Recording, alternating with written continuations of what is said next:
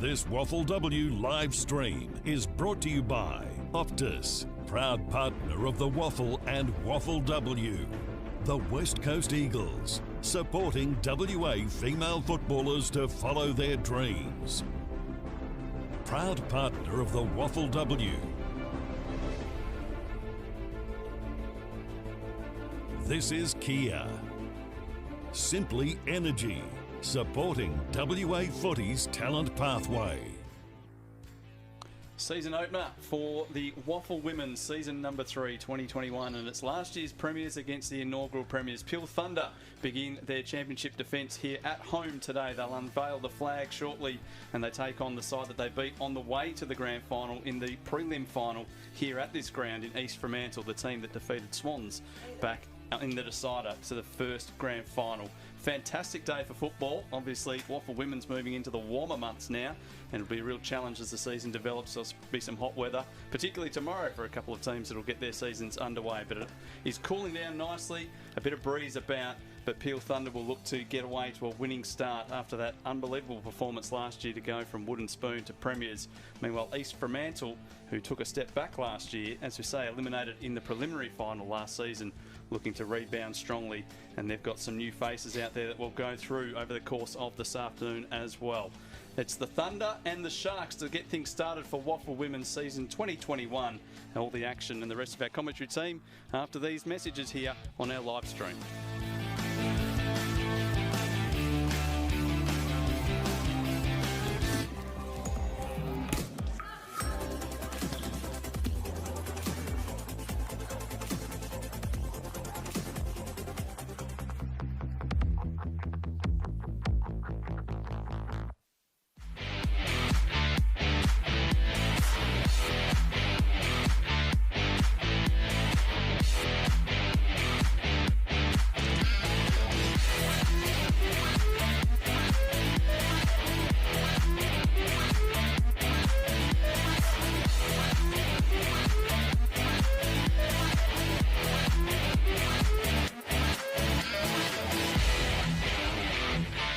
If you need it live streamed, you need Front Row Screens. Visit frontrowscreens.com.au.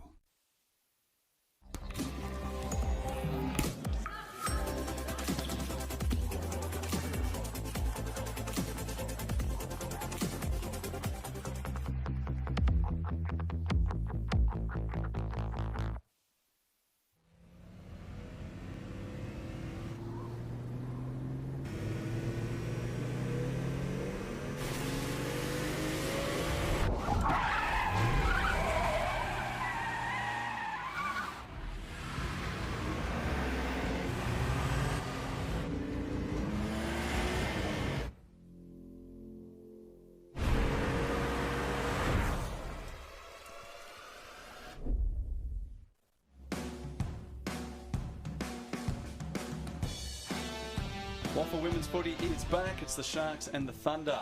Round 1, season opener here on a beautiful Friday evening down in Mandurah. Last year's premiers Peel Thunder taking on the inaugural champions in East Fremantle. Fantastic matchup to get the season started here this afternoon. Dave Lindsay alongside Clint Deckerbrot, who's back for some more commentary decks. We're looking forward to this WAFL Women's season. Good to see a full season after last year's abridged version. Absolutely, and love this time of the year too. Beautiful day for footy, fast, hard track. So suit Peel. Peel had to play a lot of weather in the rain last year, coincidentally. Obviously, East Fremantle had a slippery season as well. So two fast teams that like to kick the ball and use the corridor. Joe? Yeah, look, it's an exciting start to the season on a Saturday night down the freeway here. I'm really excited to see what Peel can bring this year in the full season and see if they're able to maintain that that youthful exuberance, if you like, throughout the 15 rounds. And East Freo, they're perennial winners really in this competition, so be good to see how they're going to start the season, and yeah, just excited to kick off the footy really.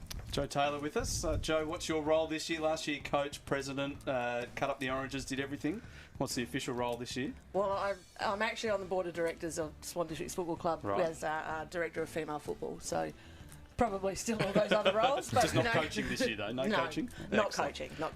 Now, it is a big day here for Peel Thunder. The unveiling of their premiership flag will happen shortly. There is a flag pole temporary one that's been brought out onto the ground. President Paul Leckius down there, Dex, doing a lot of work. The new CEO down here at Peel Thunder, and it's a very proud moment for them. We saw it with the men's comp when they went back-to-back during the last decade, but Peel Thunder in season number 2 with the premiership. There is the temporary flagpole that's been taken out onto the ground, and the premiership flag from last year will be flying proudly aloft that flagpole in just a moment. As one exciting thing today, of course, is to see if Steve Markham's team can consolidate their great season last year, or great finish to last year's season. It's also very interesting to see if Simon Quayle's East Fremantle can take that step forward. And just having a look at the young players on both lists. So Mia Schleiser, Ruby's younger sister, makes her league debut today with Ali Noakes, another 16-year-old, coming to that side. Exciting also to see Miley Leach, who is a member of the AFLW 19s program at the ripe old age of 17 for East Fremantle. Some youth this year. Anne McMahon's coming back, Jibby Norrish. It's just as terrific to see Anne McMahon out there after what happened to her in the last couple of years. And super exciting for all of footy to see her. Over on the other side, of course, as you pointed out earlier, there's 9 AFLW 19s representatives, and it's going to be on debut today. Will be Beth Schilling, the Carey Park product, who is playing out here today. Also coming back, Demi Little from West Coast Eagles, and of course, I'm just trying to find a Katie Jane Greaves too from Fremantle. Lots of youngsters out there. Gracie Fenter taking a spot again. Of course, the very exciting Ella Roberts. Nell Baxter as well has had a big pre-season too. A player that dominated Rogers Cup footy a couple of years ago, then has made her way, sort of had a break and made her way back to the league side. So it's great to see her out there today. So the Peel team just being brought in by Steve Markham.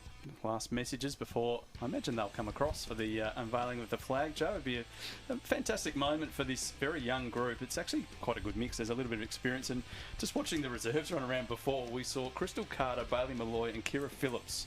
Now that's your 3 emergencies, round 1, and they're 3 club stalwarts who are part of the premiership, and at this point of the season not quite ready to but breaking to the league side. You're going pretty well when that's the case. Absolutely, and that's where we are with our competition now, and that's where we want to get to. You know, you want to be able to have that pressure from below, and the youth and the talent that and we all say it, but the next crop of girls coming through, they've followed that pathway through, so they're all football players. They all know the game, and they're all out there to win. And you know, for Peel, though they were wooden spooners in the first year of the WAFLW, they have been in the WAFL competition for a few years, and they also hadn't had any success there yet. So this is their first premiership as a female club outside of their Rogers program, which has always been really, really successful. So for them, their hearts would be racing now. So they'll get through this, and you want to hope that they can settle pretty quickly and get their heart rates back down and you know, start 2021 0-all and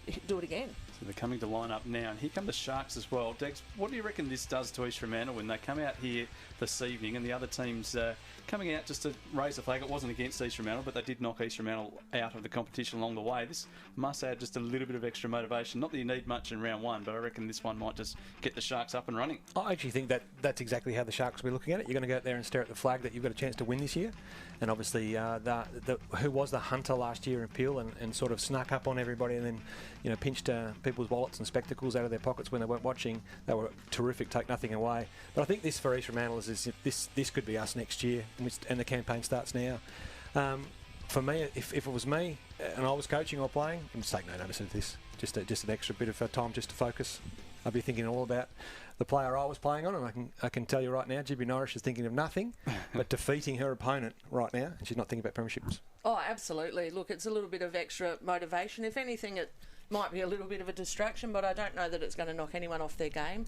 East Freo did this not quite 12 months ago, because we're a little bit earlier this year, but they know how the Peel girls are feeling, and they also know now what it's like to not win it. So for them, it's just a bit of extra motivation, I think. Paul Leckius, the CEO, just making an announcement. Checking for his notes that might be in his pocket.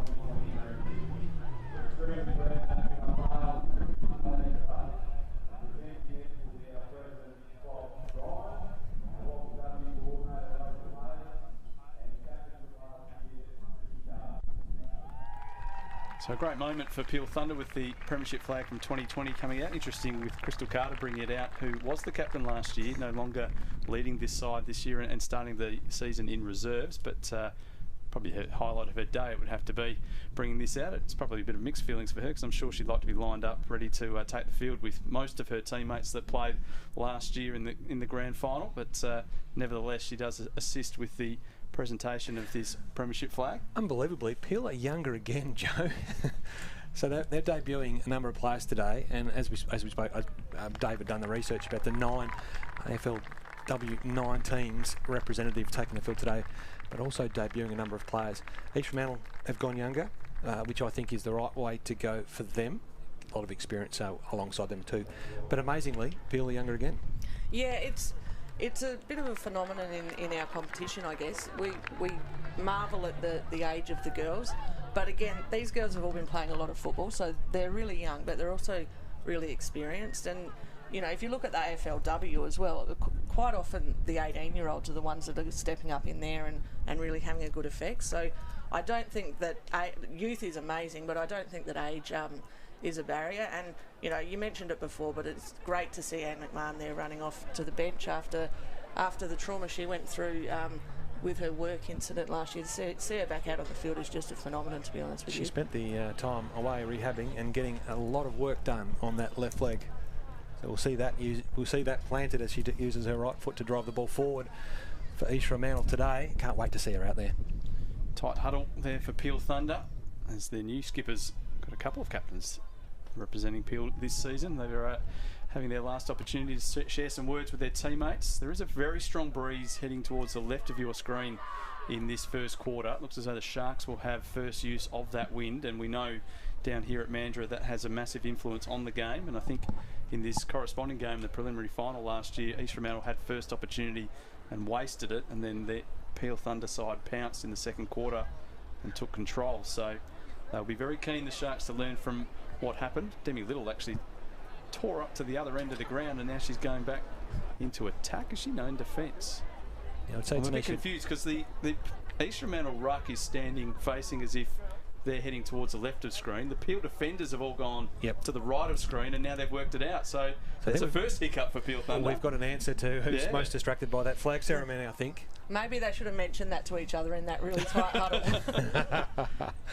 That's quite remarkable. I've never seen that before, where the entire forward group has gone to the wrong end, and so have the defenders, and then had to switch around. Tanisha Anderson got that right. I think Demi Little got that right, and she thought she was wrong. Yeah, she was the one heading to the correct end. I was actually trying to think Ella Roberts has gone forward with. I thought that was she's gone to defence after last year. Thought that's a bit wrong. So we are ready now. We're eventually going to get play underway after the flag ceremony, and also a little hiccup there from the Peel forwards and backs who went to the wrong end to start off the new season. But WAFL Women's 2021 is now away. And in the ruck, Lauren Quaife up against McClelland, who won with the second attempt. Onto it quickly there was Sharon Wong. East Fremantle now through Leach has the football. Excited to see what she can produce at this level, and she starts well. A little chip pass. Hitting up Versace. East Fremantle wanting to go straight down the ground. Oh, backing back. McClelland pretty much had that. It was, I think, intended for Lewis behind her. In the end, they spoiled each other. We'll see a ball up at centre half forward. East Fremantle attacking the left-hand side of your screen with a very strong breeze at their back in the first quarter.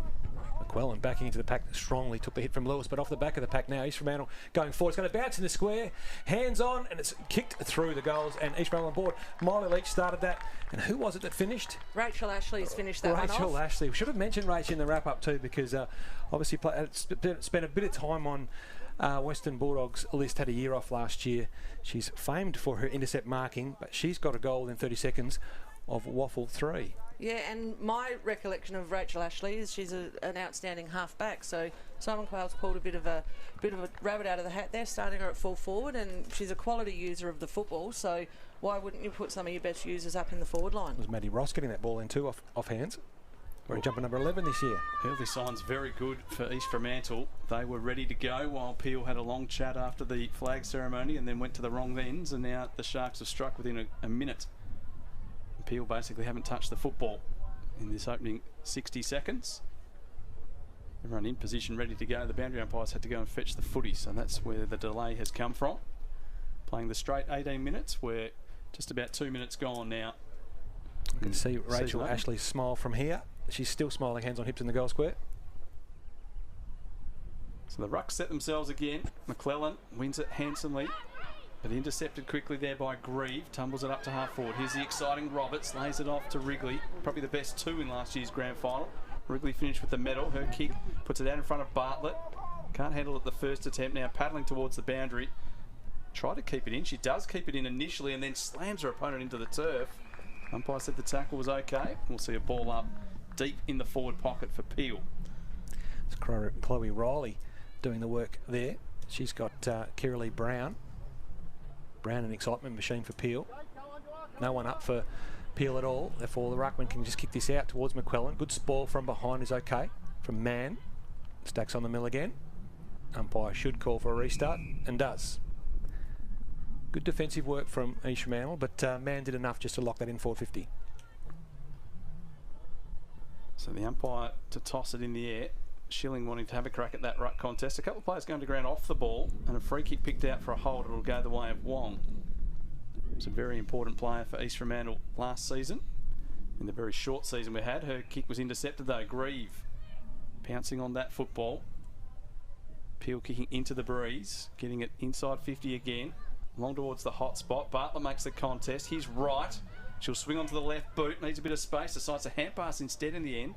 Hoping for Grieve, but overcooked it. Crashing through Rowley. Gives it off to Wrigley. Going with the outside of the boot, but that was charged down.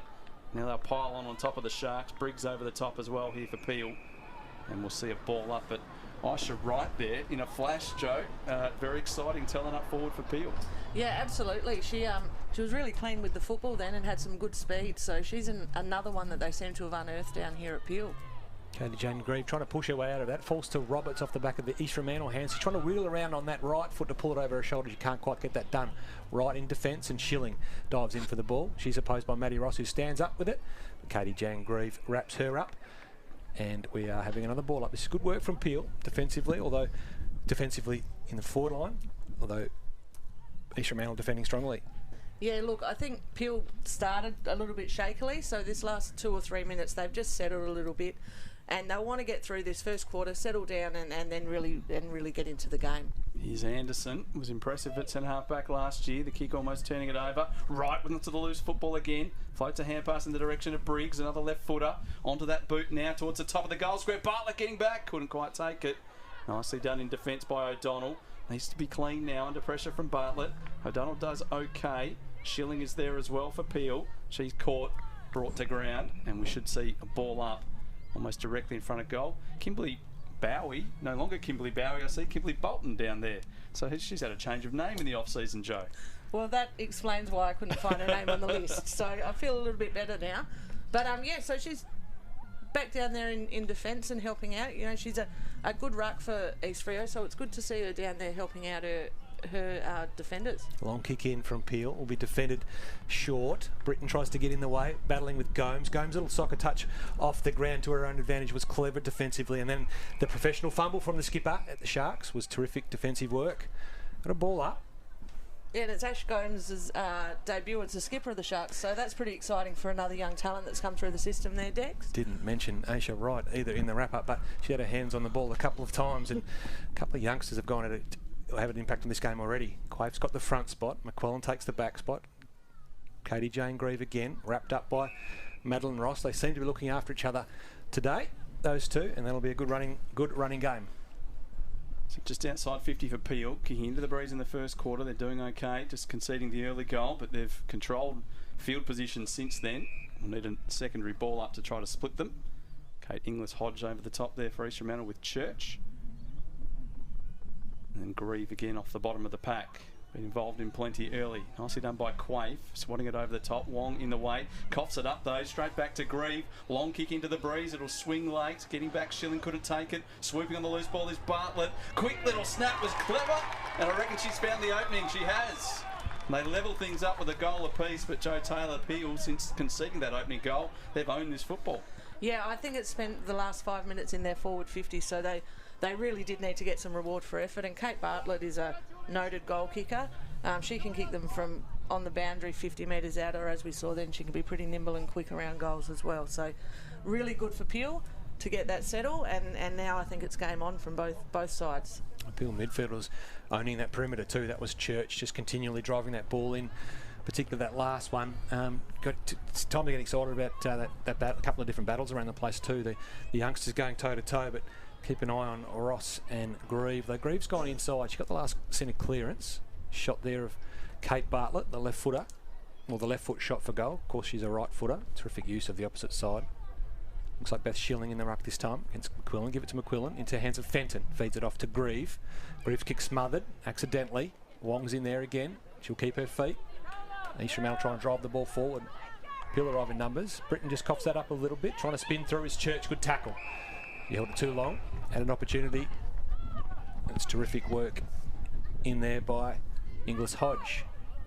Inglis Hodge plays on quickly, trying to own the corridor. Kiralee Brown's in the area. Demi Little for her first contact. She's just got the lead on Lewis. Coming through the other way, of course, East Fremantle chopping that off. Plenty going on at half forward again. And we're going to see another bounce, I think. Lots of, I guess, a bit of free-flowing movement, and then coupled by stoppages. Versace getting the ball back to the umpire, who then calls for nominations. We're still playing that rule, Degs. Not exactly sure why, but apparently the people in charge of the rules think that it's a good idea. It's like playing in the schoolyard again.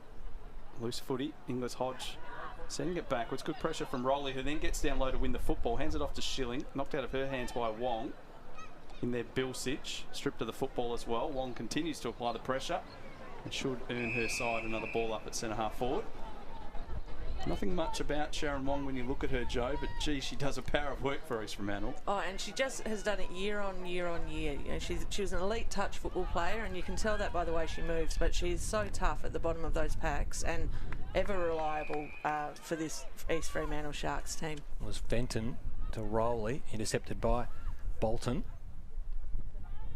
And Kimberly Bowie playing football in this competition for a long time, so new player this year. Centre half back. Fenton's run down from behind and loses the football. The advantage we played to Ross. Her kick smothered by Grieve. Shoved in the back was Versace. Chopping the ball forward now was Church. Ball's with Fenton again. She's got some opposition on the far side. Fenton again. She just keeps on knocking up. This is Schleiser trying to step through. Can't quite get a full clean possession with her first foray into league football. It's Alston. Chops the ball forward using the feet out there. Soccer skills of... She's having a big flip over and wrestle there. I was just talking about the soccer skills, but the wrestling skills are equally. Schilling's trying to charge through. Good tackle again. Ball bounces around. Rowley. Ross. Rowley wins. Tumbles the ball forward over the back. Who's got the sit? Looks to be Ali Noakes. This is her first work in league football. And it's a good one. Little handball off. The Ella Robert charges the kicks down. Noakes is involved again. Grieve out the back. Kate Bartlett. This is dangerous territory here for the Sharks. Well defended initially. Bartlett keeps it alive. The cavalry arrives. The kick around the corner is smothered. Terrific defensive work on the last 25-metre line by the Sharks. Alex Williams down there, obviously out here having a game with the Sharks, trying to work her way back into the AFLW, coming back from some fairly significant injuries. So she should hold that back line together really well for the Sharks. It's Briggs up against the boundary, kicking to a dangerous position.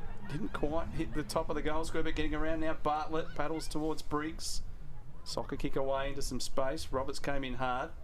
Ross over the top, working back into defence from her wing. Umpire watched for a while and let the ball spill out, so it's play on now. Off to Riley, who's doing her work in defence in the first quarter. It's a good long kick out of the area. Lewis comes up to win the football for East Fremantle. Now the Sharks look promising here. Spruiling with a kick into space. Coming up to meet the ball, the goal kicker in Ashley becomes the tackler on Dowson, but she stood up to the pressure well. Now it's Church with an untidy kick. In fact, it wasn't Church. It was Gracie Fenton. Contest for the footy. Everyone's got their hands up saying, I haven't got it. We'll have a ball up near the corner of the centre square. A goal apiece, 7 minutes to go in the first quarter. Great to see Sarah Lewis working hard up the ground there to create that that good target for the Sharks coming out of defence. That's what you want to see from your key forwards. Quaife to Green. Greaves, I should say. It's in the hands of Roberts. Back feeding well today. Britton, little fumble. She'll work around on that left foot and chop it towards Wong. Briggs is there too. First hands Briggs. Can't quite pull it down. Leach gives it across to McMahon. Good to see her back. Little push is picked out by the umpire. It's going to end up in the hands of Williams. Sorry, that's Versace. Versace, good decision maker. There's a hold down the ground spotted by the other umpire, which should end up with a 50-metre penalty, I think, here. It's going to be a free kick at centre-half forward. And Versace is a good decision maker by foot. She's not going to get it, of course. It's Rachel Ashley, who's a longer kick than Versace. So this should be a decent ball in for the Sharks forwards. Just pops it up, looking for Lewis. This is Lewis's box seat. She gets first hands on it, but it spills over the back to Dowson. Picked up off the ground, can't get a kick away. Fenton, the midfielder defending on the last line, looks for a handball off, gets that done well, and Peel are able to clear. Wrigley's long kick, though, straight to Inglis Hodge. Stood up well under pressure, taking the mark on attacking 50. It's a crowded forward arc for the Sharks. Bit of movement from Lewis.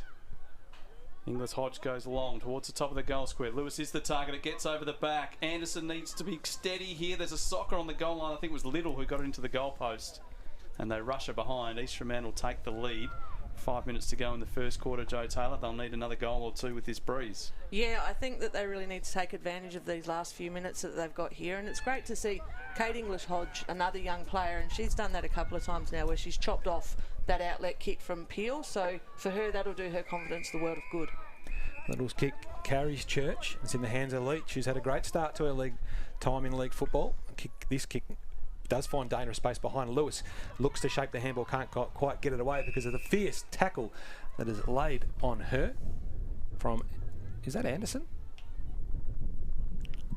No, it's Cassie Davison playing in defence. Gee, she jumped all over Lewis then. Strong tackle.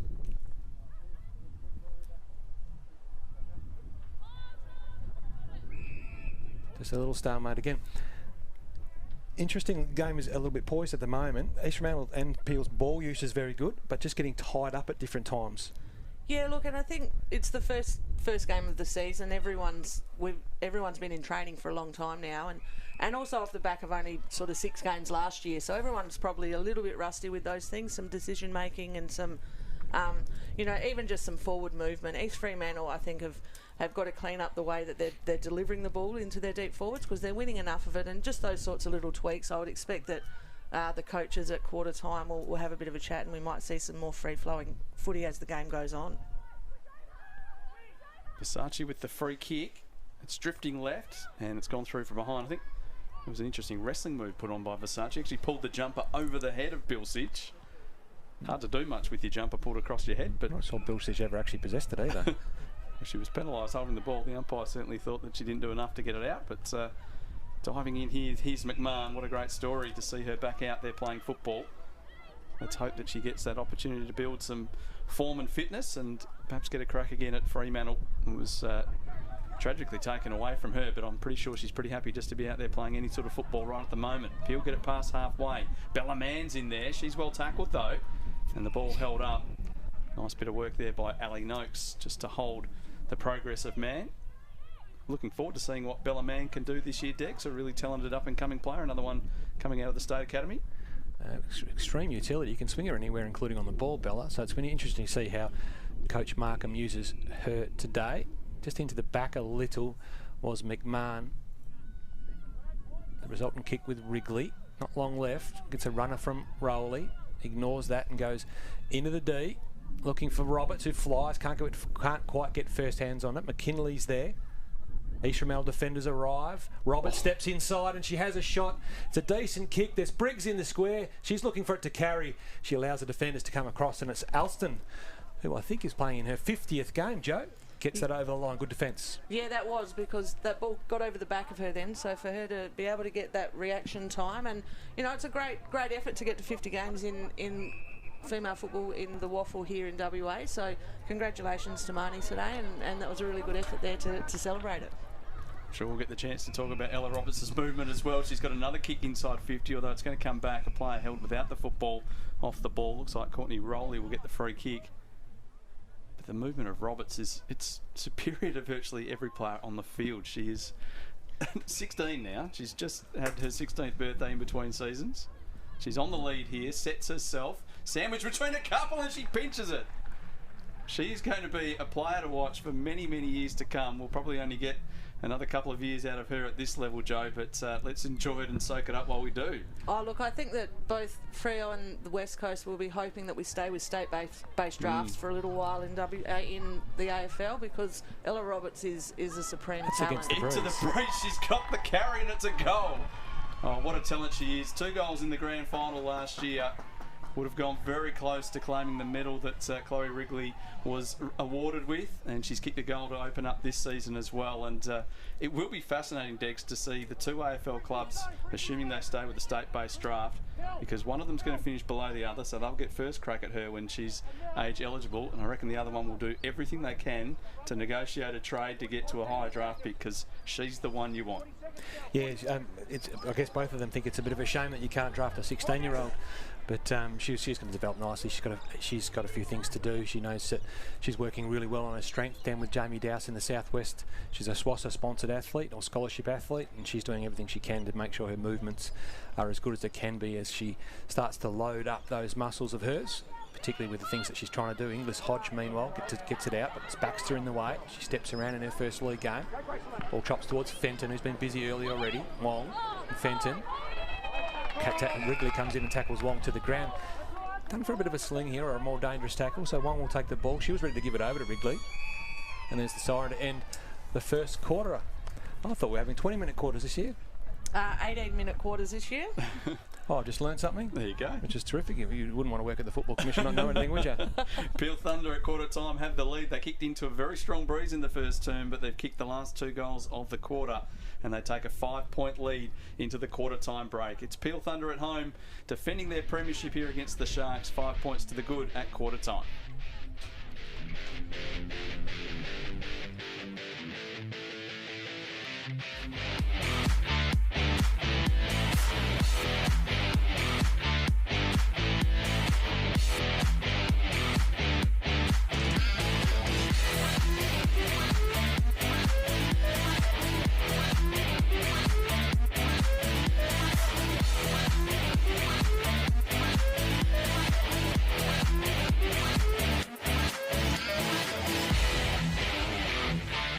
If you need it live streamed, you need Front Row Screens. Visit frontrowscreens.com.au.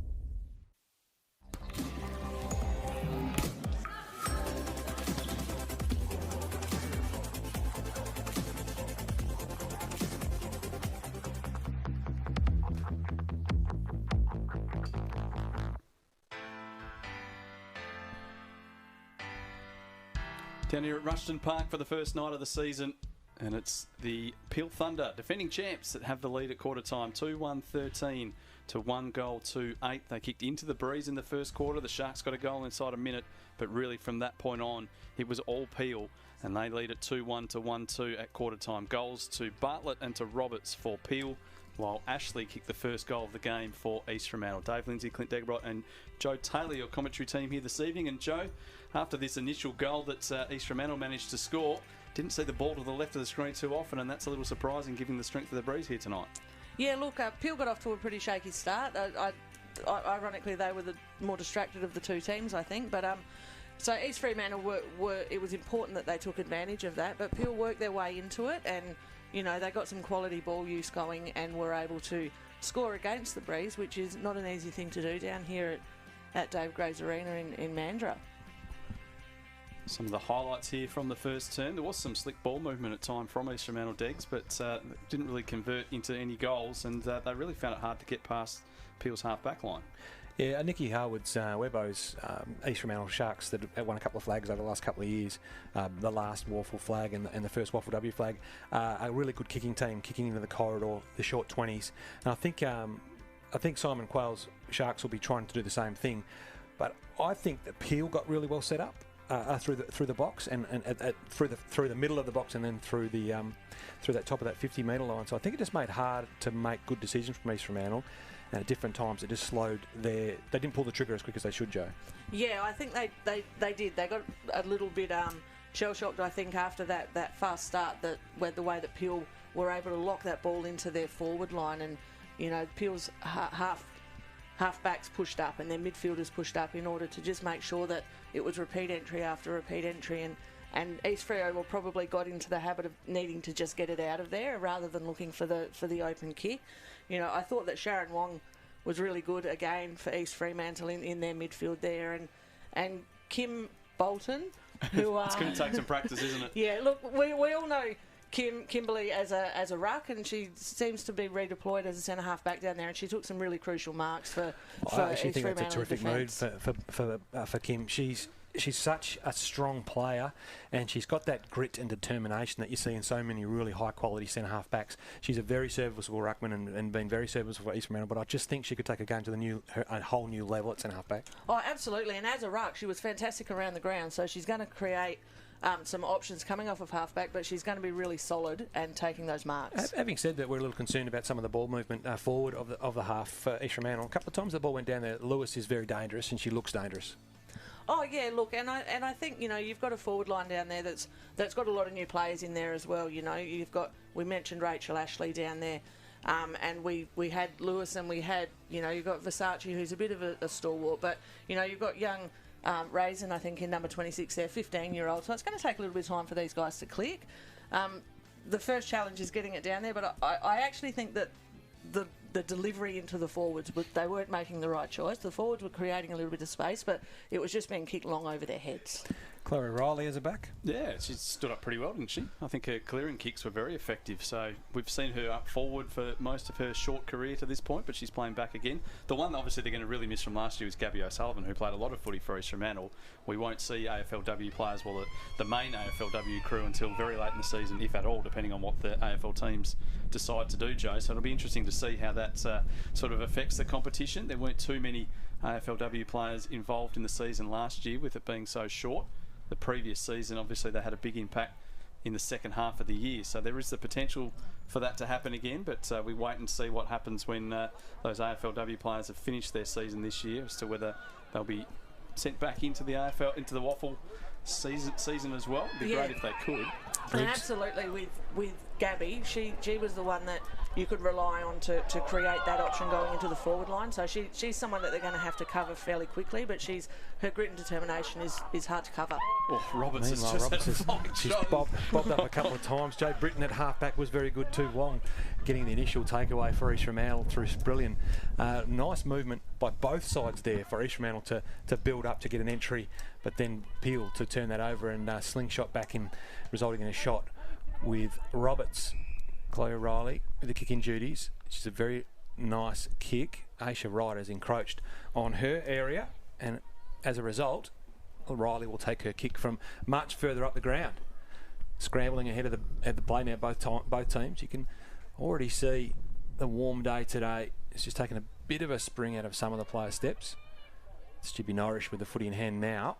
She's going to get it back to Riley. Jibby Norrish, of course, drafted to West Coast last year. She's yet to have a huge impact on this game, but with the breeze, we should see her with ball in hand.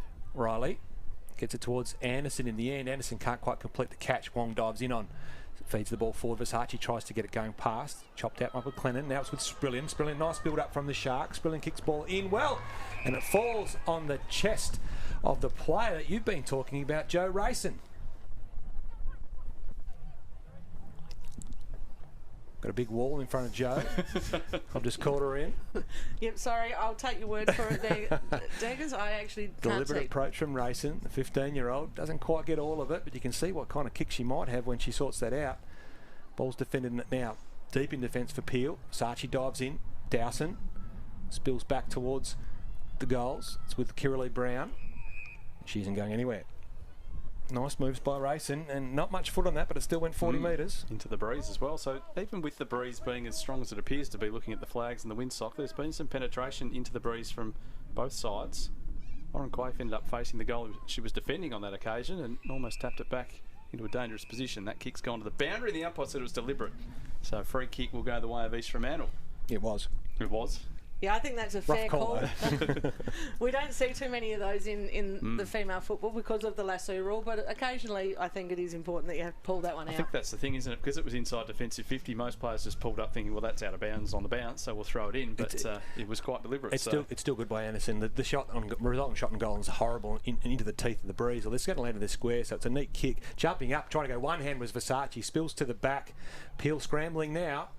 East Fremantle swarming all over this. Big shove in the back on the player down there deep in defence is Kakamo. And Joe, she's playing her 100th WAFL game today for the Sharks. And she was pushed about between T4 and T5. And she nearly ended up in the fence. The resultant shot. The breeze should aid here if she can start it right. She should be able to pull it in. Not too much spin on that kick. It's going to go across the face. A bit of pushing and shoving the line, and it's Brown using her speed. She actually turns it over to McMahon, who pulls it over her shoulder. McMahon with a flying shot. She knows what she's doing, that's for sure. It's great to see her, how confident she is on those legs and how strongly she's striking the football. Yeah, it's just exciting to see her back out there, but we can't forget how much of a quality football player she is as well. So she'll find her feet now, and she'll be back into it. So it's just great to see all these girls getting their opportunities. Demi Little with a kick back in, decided to vacate the goal square. These days with that space that the fullbacks have got, we should see that just about every kick back into play. Got so much room, and now the ball almost to the wing. Here's Wrigley. Ducks back inside McClellan comfortably. The kick's in the Roberts direction. Just a bit too much on for her, but Schilling floating in behind. Read the flight of the ball best. Kicks to centre half forward. Wright is the target at the back. It almost gets through to her. Rowley swoops in. Leach watching her closely. Ball comes out. Briggs, quick kick. Nice hands from Wright. She doesn't waste any time. Blazing away on goal and just missing to the right. A good effort from some youngsters there from Peel, combining nicely. But we haven't seen a goal just yet in the first 5 minutes of this second quarter. I really like Isha Wright. I haven't actually seen a lot of her before, so she's one that's caught my eye today. She's come out of the community football. This ball bobbling around. It's going to go back in through Briggs. Williams, the goalkeeper. She kicks it away from that player in right.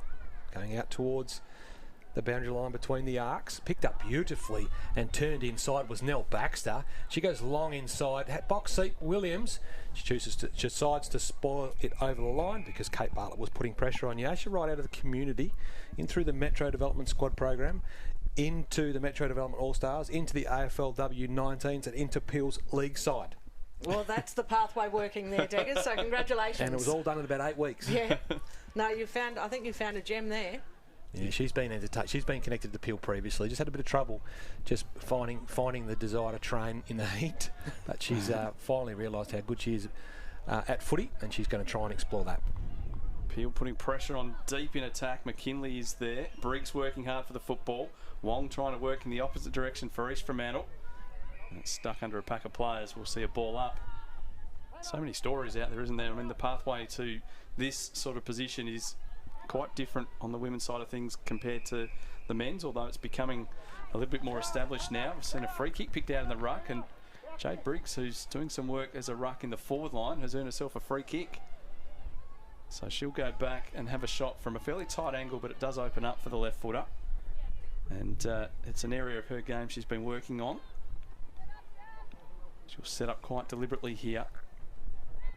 Sends it goalward. Looks pretty good off the boot. She's happy. She started celebrating very early, and Peel do get the first goal of the second term. It's taken nearly 7 minutes, but they stretched their lead, and they're doing a lot right, Joe Taylor. Yeah, look, they're just starting to get that ball movement going, and again, they were able to lock it into that forward 50 zone until they were able to get a score. And you might be right that we might have a bad read on this wind, because it doesn't seem to be affecting the game all that much. It's blowing pretty strong to that left side, but you know, we're 6 or 7 minutes in, and we're not seeing that free-flowing football that we might have thought. Might be an indicator of the consistent improvement players by foot too. These players are obviously planting They're grounded foot really well and striking the ball nicely. Schilling in the ruck. McClellan. Schilling flies. McClellan, good tap. Greaves reads it best. Can't quite find the handle. Schilling follows up her good work in the ruck. Wong around the place. She pulls this ball around the corner. Left foot. Hitting it hard is Brown, though she fumbles and leaves it for Versace. Versace uses the opposite foot. Sarah Lewis in a battle here. Clean below her feet. She's just got to give this hands off. She does to Versace. Ball in. It's a chaos ball, and it's... I don't know if she was cribbing there for a bit of a freebie, Rachel Ashley, but could have taken the catch there. The pack descends and falls on top of her. And it does indeed get into her back, and she is tasting grass at the moment. That was an outstanding pick up there at centre half forward by Sarah Lewis, just clean below her knees for a key position tall player. You know, to be able to get down there and be that clean. That's what's given East Fremantle this opportunity deep forward. Versace involved a couple of times in that passage of play. She's starting to become an important player. Rachel Ashley is a good kick of the football. She's got a bit of an issue with some footwear there, or either that or the lower half of her legs coming off. Boots tied back up. The new boots are a bit harder to slip on and slip off than the olden days. Does that count in the 30 seconds you get for taking a shot on goal? I actually think the umpire blew time on, which doesn't happen all that often in WAFLW. Anyway, we're going to ride this in with Rachel Ashley. Give me a good look where she's had her ink done. Cassie Davison on the mark. Strikes the ball nicely, Rachel Ashley. She leans over, but I think in the good spirit of the old Xbox, she pulled hard left with her shoulder, hard right with her shoulder, and was enough to get the ball through. So Rachel Ashley's got two. East Fremantle mounting a claim. There's a goal each this quarter, one with and once again. So again, I think you're right, Joe. The game is unaffected by the wind, and we're going to see a good contest. Certainly enjoying how hard both teams are running at each other at the moment, Reg. It's been fantastic. What do you think about the move to the warmer months, Joe? Obviously, it's aligned to go pretty much alongside the AFLW. Is it a good move for footy here in the West? I think it is.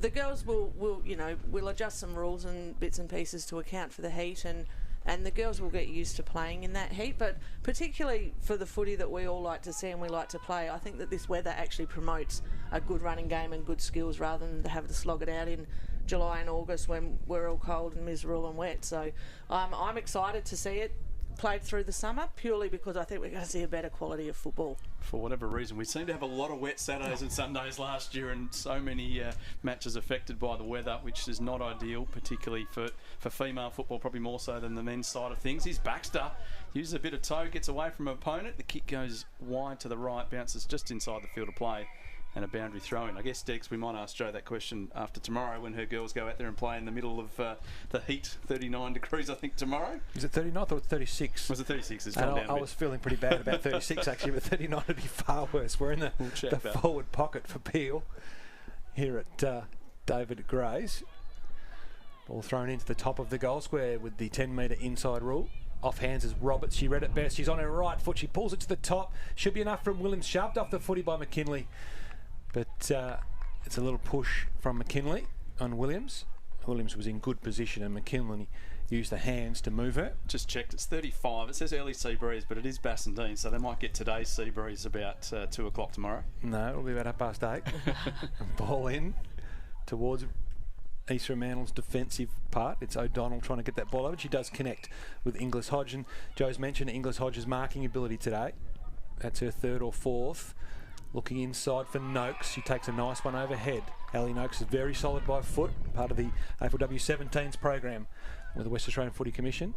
Doesn't get this one quite as spinning as well as she likes to, and it falls in the hands of Bilsich. So the daughter of Stephen, premiership player for East Fremantle in the WAFL comp, and now she's a premiership player for Peel Thunder in WAFLW. Penetrating kick with the breeze over the head of Bella Mann. Norris used her body well to keep Mann out of the contest initially. Towards the safety of the boundary, she decides to keep it in. Gomes comes up to meet the football, ducks under the Britain tackle, doesn't get much of a kick away, but enough to avoid a penalty against her from the umpire. And a kick towards the wing. Lewis contesting with Grieve. Neither could mark. In comes Canane for East Fremantle. Got a little hand pass away. McMahon dropped the footy according to the umpire. And we'll get a free kick going Peel's way. Barnden just for a moment forgot which way she was going, but now she's all right. She kicks towards centre half forward. Good long kick and getting back Briggs has taken the mark directly in front. She can be a thumping kick at the best of times. Jade Briggs. This one doesn't spin perfectly off the boot, but it does float over the pack, and it's a goal. Briggs has got 2 for the quarter, and Peel get the answering goal. Their lead is back out to 12 points again, and they've got the answers at the moment, Joe. Yeah, and I don't think that Coach Simon Quay will be too happy with that goal line defence there by East Fremantle. It's a cardinal sin to let one just drop over the back and bounce over the goal line. So, you know, great finish there by Jade Briggs. She took it quickly, so that's probably what caught East Fremantle out a little bit. They didn't get to set properly, but you know, that's something that they're going to have to look at and readjust. Because with the wind in particular, it's going to get over the back a little bit, so they're going to have to make sure that they get onto that. And just noting that Peel seem to have redeployed Greta McKinley into the forward line this year as well. She's always played in defence, but she is super quick, so I think that's a really smart move as well, just to create a little bit more speed down in their forward line, as if they don't have enough. She does have a little bit of pressure on. Lauren Quaife starting to get aggressive in this ruck taps. Misses this one. Falls with Wrigley, who was wrapped up immediately by McLennan. We'll do it again. Umpires, rucks have to dominate despite just having taken the tap. A bit of over-officialdom trying to get through there, but picking up a kick. Kicking in danger free is McMahon. She's just assessing what's going on ahead. Peel have set up nicely behind the ball. She'll play on now. Something wrong with this footy, I reckon, because the last 3 kicks of people who are quality kicks haven't been able to get the ball where they wanted to, and it's Quaife dishing off to Dowson on the intercept. The quick kick this time has gone the way of East Fremantle. It's Versace again. She's had some respect shown to her from the Peel box because Anderson's been sent to deal with her, and generally Anderson takes the more dangerous mobile forward. It's Versace.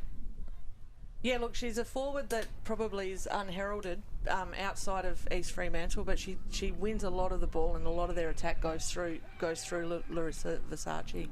Anderson with the intercept mark, wants to move it on quickly. Barndon, yes, drags it in. 3rd attempt. Almost dragged a 50 out there. In fact, I think Inglis Hodge has gone about 5 metres over the mark, but the umpire allowed that to go on as the kick comes in towards the middle of the ground. Good tackle applied on Spruill, and gee, she didn't have much of an opportunity to get rid of it. The umpire hot onto that one. Grieve wasn't expecting the free kick. She left the ball behind, but she'll get that one now. Player free on the outer wing in Britain. That was ignored. She wants to go more direct, straight down the middle of the ground. It gets over the back. Roberts should have too much speed here. Picks it up, although Maddie Ross is pretty quick too. The snap on goal is brilliant. Unbelievable. That's a 16-year-old Ella Roberts. Write the name down if you haven't heard of her just yet. You're going to hear a lot more. She was a star on grand final day. She's gone from number 38 last year to number 8. Maddie Ross is one of the quickest players out there, but she couldn't quite keep up. And you could see the body language of Ross saying, I think I did everything I could there, Joe, and this kid's just too good. Look, that's just a quality finish, isn't it, to be able to snap it there across her shoulder and get it through. But I think the key to that was that Peel actually got a really quick clearance and were able to clear the congestion and allow Ella Roberts and their other forwards to go to work and use their I guess the things that they're good at, which is their speed and their skill. So, you know, that's the key, I think. Get the ball forward as quickly as you can. She's a gunslinger too, Robert. She pulled that in on the right foot around the corner and then was just cool hand. One high five was a celebration from such a sausage. You wonder most players would be celebrating that one like they'd stolen it. We're back in the centre. We have another bounce again. Might be talking to the State 19s coach about getting her in the midfield, I think, after seeing who's been appointed in different positions there. Might be indicating, might be telling the audience who the state midfield coach is. It's brilliant. It's brilliant. The ball gets through to Ashley. She tucked it under tucked it in her pocket, then got it forward. Dowson in the box seat, and she's just able to get Kakamo out of the way and give this to Davison. Nice build up again for Peel. Still plenty to do though. It's with Church on the far side of Rushton Park, and she's connecting with McKinley. Usually good mark, McKinley. A little push in the back there will be whistled. Just a little clumsy from Bolton, who then acts quite incredulous when the umpire calls. It's Roberts out the back again. She won't get the clean run of it because Briggs is in the way. Left foot centering. Ball's good to Baxter. Wong's just trying to catch up. Baxter's a nice build to look for right. No, it's not right. It's Bartlett. It's a terrific kick to Bartlett. A terrific lead. She showed everybody where she wanted the ball and able to deliver beautifully was Baxter. Now Bartlett with the breeze behind her. You can see that, flicking her ponytail and her jumper. This is a strong breeze and it's blowing straight from her boot through the centre of the goals. Noted goal kicker.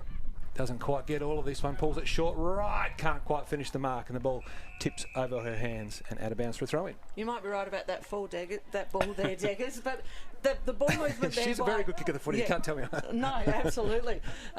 The ball movement by Peel there to get that ball forward, to be able to get Kate Bartlett to lead into that space is just... They're just starting to click now, and it's starting with their defenders and their jeepers, lost my words. But Cassie Davidson and crew and Ebony Dowson down there, who have got a lot of experience. They're experienced defenders who are able to get the ball and use it with some quality off of the half-back line. And that will just about do us for the first half. It's been an entertaining game of footy. Peel have become a very watchable side, the quality of football that they produced in that second quarter. And they take an 18-point lead into the half-time break, 5-3, playing 2-3 down here at David Gray's Arena, Rushton Park. 2 goals to Briggs and 2 goals to Roberts, and 1 to Bartlett for Peel. While for East Fremantle it was Ashley with their 2 goals. So half-time, very entertaining game of footy. Peel by 3 goals at the long break. We'll be back to chat about the first half action in just a moment.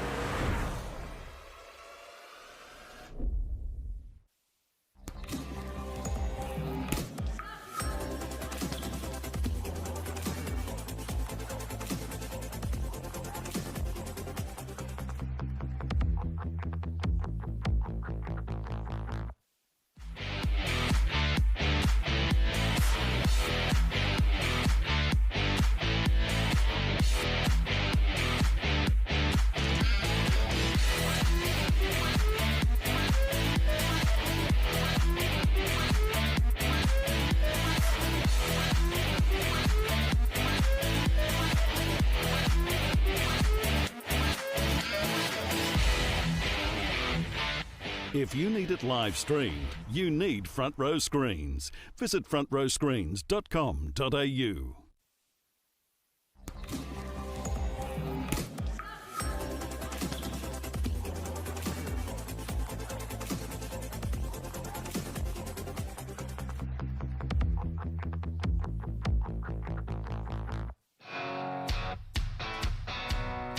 Half-time, opening game here of the new WAFLW season. We're down in Mandurah, the Peel Thunder flag flying proudly. We've seen the Premiership flag, there it is, up on top of the old Mandurah Mustangs advertising boards where the old scoreboard used to be down here at Rushton Park. That was unveiled earlier today before the opening bounce, and then the Peel forwards and backs went to the wrong end. They were so caught up in the excitement of unveiling the flag, and just for a moment we did think that maybe East Fremantle might have a slight advantage with Peel being a little bit rattled. But after the first goal went East Fremantle's way, it's been pretty much all Peel, and they lead at 5-3 to 2-3 at half-time, a 3-goal advantage to the Peel Thunder side. Dave Lindsay, Clint Degerot and Joe Taylor, your commentary team here this evening. And Joe, we've been impressed yet again with Peel.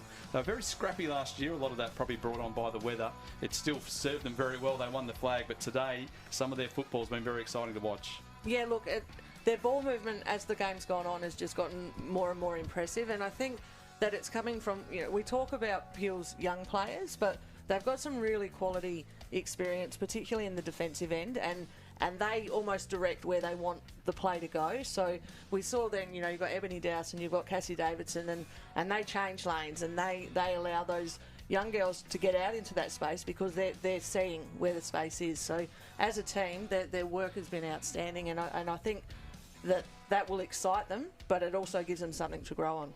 Certainly does, and such a young squad out there as well. We've seen a number of very talented up-and-coming players. Here's one right now, Ella Roberts. We'll talk about her until the cows come home because she is so exciting, and you could just see how easy that goal was from her. She made it look easy. It was not easy at all. See that? Didn't even care. That's just what I do.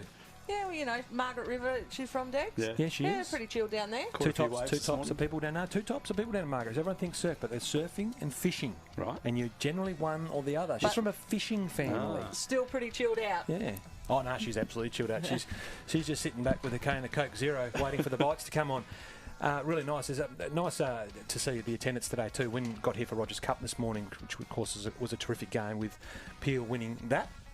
East Fremantle taking the spoils from the Resi's game, which of course featured Steph, a Walding, well-known personality. But then there wasn't a car park in the place for the Rogers Cup game today. You had to park in South Mandurah. Well, there's a lot of young talent coming through thanks to Kia. Let's take a look at the work that the WA Female State Academy coach, Bo McDonald, has been conducting to strengthen the talent pathway for female footy in WA.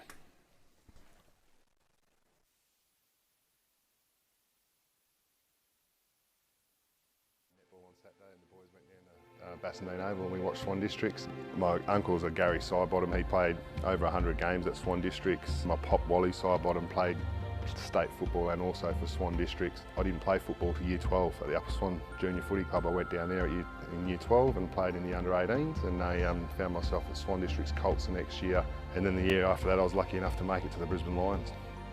In 2001, I think to be part of history was fantastic. I really remember getting a handball out to Bossy when he's kicked that goal from the boundary line, and I remember pushing over the contest. I think John Barnes was my opponent. When I seen Bossy flash past, I remember giving him the handball and sort of folding in behind him, and I was directly behind him, and he's kicked the ball and it's just gone through, and I remember running back to the centre thinking, this isn't over. This is such a good football team we're playing against. There was no room to relax until that siren went. And they've beaten the champs. When I retired in 2008, I spent some time at the Brisbane Lions, assistant coaching role, worked behind the scenes in some welfare roles and some ruck coaching. I was there for 3 years, but then I moved to the Pilbara. I worked with young Indigenous males up there, trying to get them to go to school and helping them out with their lives. And then I got the opportunity to coach the Northwest Academy through the West Australian Football Commission, and I started to really enjoy coaching that young group, and I felt like I had a responsibility to give kids the opportunity that I had.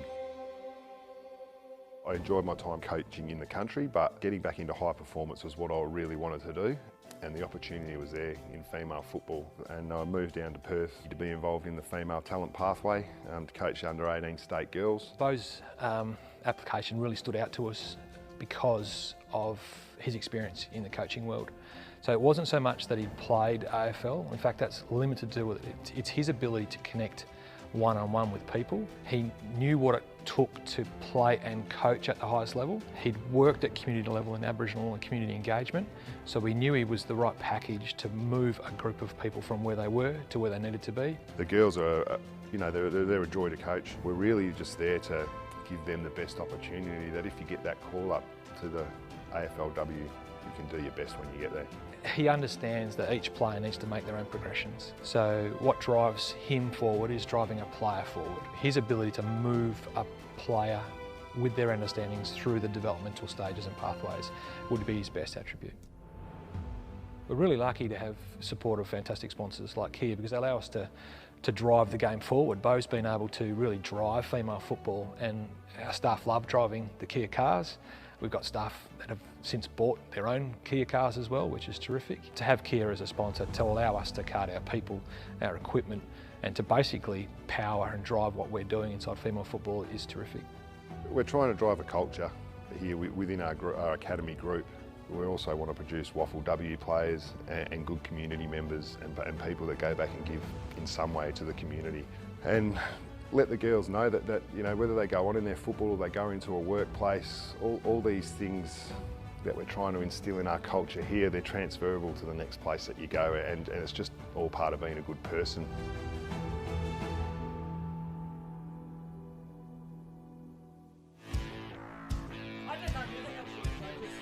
Bo McDonald there, the State Academy coach, and very exciting time for all the girls. The jumper presentation coming up on Monday night for the State Academy under-19s, and then hopefully, let's hope that COVID stays out of the way and the girls can head off to play in Adelaide and Gold Coast over the next couple of months as well. And there's a lot of those girls out here today, a number playing for Peel and a couple for East Fremantle as well. So exciting times for some young up-and-coming girls. There's a couple of very young up-and-coming players there. We'll see them out there on the AFLW or AFL field in maybe 15 years' time. They'll be dominating out here. And plenty of others out there enjoying a kick on a beautiful night down here in Mandurah. Great night to be watching footy and enjoying the hospitality down here at Rushton Park. Peel Thunder are leading by 3 goals at half-time. It's 5-3, playing 2-3 against the Sharks. We'll be back after this break to talk about what the Sharks can do to get themselves back into the contest in the second half.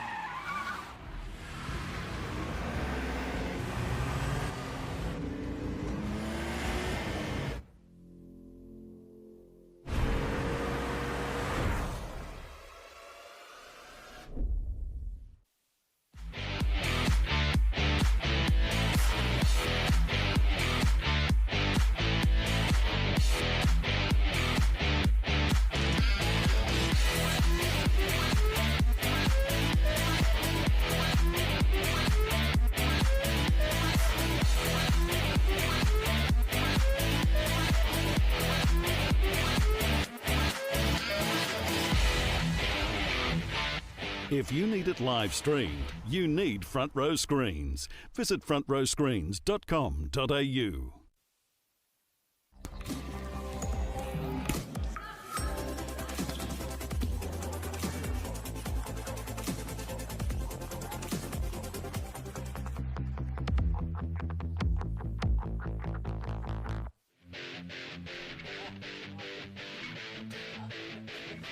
Welcome back to Rushton Park down here in Mandurah.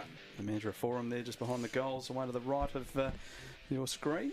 And it's the Sharks struggling at the moment, 2-3, trailing Peel 5-3. There are the Sharks. They're back out on the field nice and early.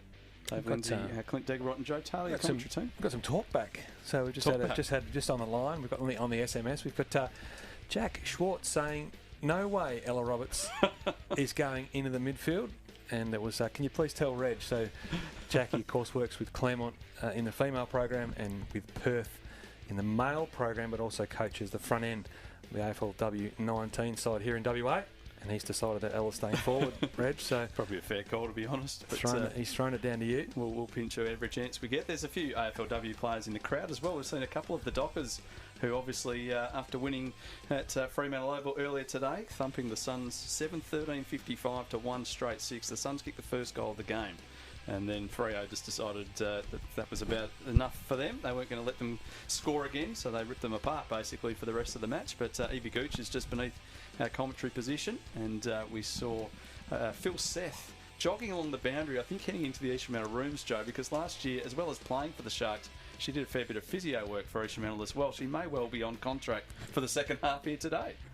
Yeah, look, good to see Anya Ty down there with Evie Gooch as well, who obviously made the trek over from Ireland 2 years in a row to go down with a knee injury. So, you know, getting her footy fix in for the day. But it's also always exciting, AFL girls, and there's a lot of WAFLW girls out here who are going to suit up tomorrow, who are obviously couldn't wait until the footy started, so they've also made the trek down the road to Mandurah. It's a real community, isn't it, the way WAFL WAFL women's footy goes. Emma Maguire's been... We've got the Swans captain out there having a kick with Eagles listed player Mackenzie Darrick, who plays at Subiaco. Two good friends played state 18s together, actually. Sinead Davison was out there as well, having a kick. She was having a look around. So the Swans here in numbers. It's a long way from Bassendean, Joe. It's great to see the girls support each other as they just continue to be excellent. Oh, absolutely. Look, you know, you want to always set the benchmark, but no, seriously, they're just that excited. And you mentioned that a lot of these girls have all played through talent programs and bits and pieces together. So it is a real community. They're all friends. So they just want to get down here and support their people. I've always believed, and I think I'm right. Often people do think they're right, but I'm happy to have a discussion. But I think when you pull players out of different competitions, play them against each other, then put them back in their own teams, I think it increases the respect and increases the competition, because you don't want to let your mate beat you, but you also don't want to hurt your mate either. So you play the competition becomes hard and fair. And I reckon we've seen that over the last sort of 6 or 8 years. I think I agree with you absolutely. You know, the rivalries in female football in WA are strong, but I think, you know, going back in the day, there maybe wasn't a lot of respect in those rivalries. They were just really fierce rivalries, whereas now your rivals on field. Of course, back then it was just the state open women's. There wasn't a 16s and a... Yeah, so, yeah, you might be right. It was quite vicious, the rivalry, sort of 10 years ago. And perhaps interacting with each other over a long period of time. And also it helps that all the coaches come through the program as well. So all the Rogers Cup coaches participated in the State Academy this year, which was terrific for the first time. We share their knowledge, the kids learn off each other, but of course then all the coaches get to know each other and the competition becomes hotter but fairer. Yeah, absolutely. It's just that level of respect, isn't it? You know, so it's great to see everyone out here supporting our competition, because I think WAFLW starts next week, WAFLW maybe starts next week, so we're first cab off the rank. All eyes on WAFLW, and Peel Thunder into position, leading by 3 goals. We'll have a chance during the second half at some stage, I think, Degs, to pick Joe's brain on where Swans are going to end up this year. New coach and some new faces around the place as well. And the obviously teams were released. The Swans team looks pretty good. And I think they're taking on the Tigers, who were slightly disappointing last year and would expect to bounce back pretty strong this season as well. So very competitive competition. We're expecting South Fremantle to improve as well as the year goes on. But we're underway here to start the second half, and it's Wong to get the first kick of this term with the left boot, guides it towards half forward. Kakamo just over the back.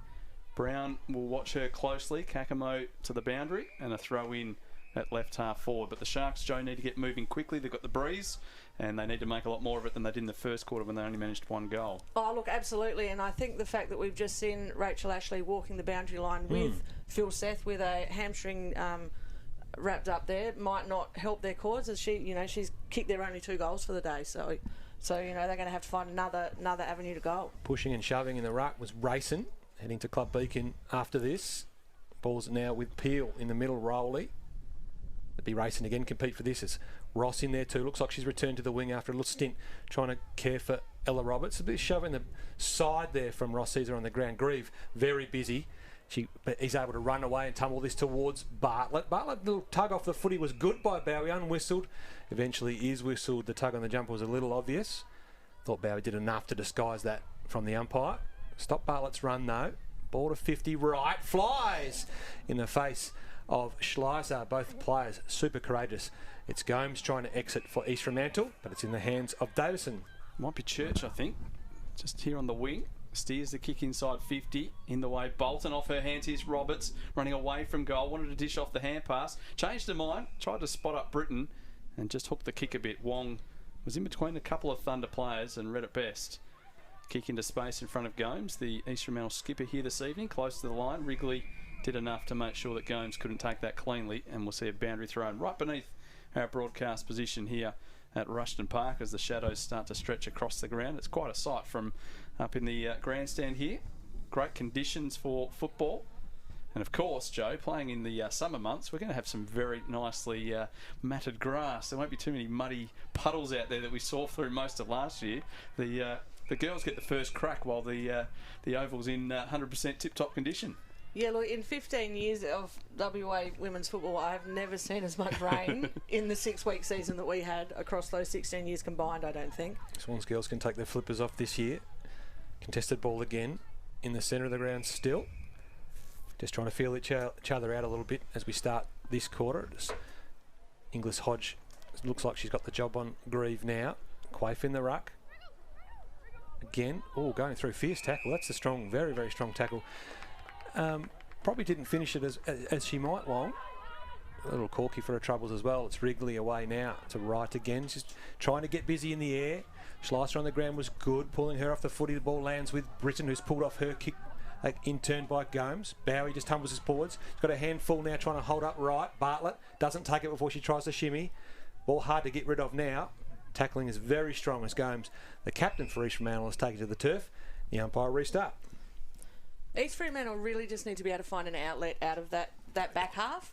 They've the first couple of entries that Peel have had in this quarter, it's been a dump kick to get out, and it's just coming back in. So they're going to have to rethink that and change the lanes in order to get themselves out of defence. Ross was unfortunate there. She was tiptoeing away through. She thought she'd got away, but there were that many Peel players just trying to grab a piece of her jumper, and eventually one dragged her down. Schilling.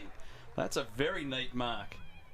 She's a talented player, Beth Schilling, can play at both ends of the ground, and on debut here this evening is going to line up into the breeze from about 45 out, so it'll take her absolute best effort from here. Briggs just sneaking away to the left forward pocket. The kick will fall a little bit short. 2 on 3 down there. They bring it to ground. Briggs is on her left side, will snap across the shoulder and just misses. She's been dangerous up forward, Jade Briggs, and looks to be a real handful at this level. Joe, I know Fremantle Dockers have worked closely with her as well.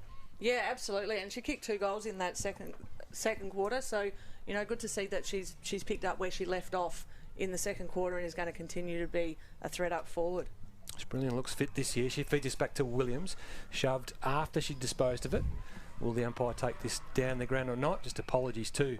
Well, I've got a little break on play to Hayley O'Donnell, who I called rude, who I called Mia Schleiser twice. OD, of course, famous for her job on Houghton in the grand final, well, the first ever WAFLW grand final, which of course the Sharks eventually won. O'Donnell, staunch defender. Great to see her back after a bad wrist break in 2020. Ball in the hands of O'Donnell now. Fluorescent green boots. East Fremantle try to construct something. Can't quite get this through. It's Rowley in the hands of Rowley. She'll take a shot from 45, but Bowie's back deep in the square, and she takes the safety. Quick kick on, looking for a skipper in Gomes. She showed a lot of it to Nell Baxter, who's playing that wing neatly. Her little right foot kick towards Bartlett is very good. That's twice that Baxter's been able to connect, and she seems to have some kind of energy working with Kate Bartlett in the forward 50. Yeah, and she's just taken a couple of crucial marks as East Fremantle have been trying to exit throughout the game. So I think that she's had a really good game on the wing. Like Schilling, this will be a beautiful kick to carry. Although this time she flushes it against the breeze. She holds the hand up to the ear. She's got 2, and 2 very good ones. That one was, I guess, East Fremantle trying to build, can't quite construct as well as Peel have off the half-back line. Kate Bartlett, that's a lovely strike of the ball. Oh, look, Kate Bartlett's a quality goal kicker. She's spent some time on, I think, the Western Bulldogs and the West Coast Eagles list, so that doesn't happen if you can't get goals. We saw her in the grand final last year. She kicked a couple of rippers from almost outside of 50, actually, so on the 50. The prelim as well. So, you know, if you can get the ball to Kate Bartlett into some space, she's going to kick the ball more often than not. So that was again, a really good build-up by Peel, and Nell Baxter delivered it beautifully into Kate Bartlett. So 2 goals each to Bartlett, Briggs and Roberts for Peel. It's been interesting. I've been watching Ella Roberts. She's had Amber Canane brought onto her, and Amber's job is clearly to watch one player and one player only at the moment. There's been a fair bit going on off the ball. So it'll be interesting to see how Ella Roberts handles the close physical pressure that's now being paid to her. She might have to get used to it for quite some time, because she's someone that will get a lot of attention. Briggs has worked very hard with a couple of goals. Kicks towards the attacking 50, and beyond that mark, there's a free kick for a hold. No advantage paid there. Greta McKinley, 25 metres out directly in front. So Bartlett will get the free kick, and we've just seen the last shot she had from virtually the same spot on the ground. The angle slightly better this time. You wouldn't be betting against her. She goes from the shade to the sunlight, close to the player on the mark. She's got the journey, but just drifting out to the right. And Peel, with the opening 3 scoring shots of this quarter, just stretching their lead despite kicking into the breeze. They're out to 26 points. Neat little safety from Bolton. Works the ball up to half-back. Well, just shy of half-back. They're still in the pocket. Peel pressing nicely. Kick forced high. Roberts in the vicinity over the back. McKinley. Both get a little touch on the ground, though. Scooping in East Fremantle. And piling on top of her. Peel. They are hunting in packs at the moment. It's Versace. It's come up from half forward to lend a hand to her defenders. Trying to get that defensive forward connection going. It's in the hands of Ross. Ross tumble punts only as far as McKinley. McKinley does play on straight away. A long ball in chaos footy. Schilling trying to work to the front. It's Bartlett. She's got a tug on the jumper. Bartlett as she tried to make her way to the ball. She'll take... Oh, I thought it was actually a tug on Bartlett's jumper, but it's Beth Schilling. Now, Beth Schilling, from exactly the same spot as Bartlett's kicked her last 2 scores. Schilling is a decent kick of the football. She's got a strong leg.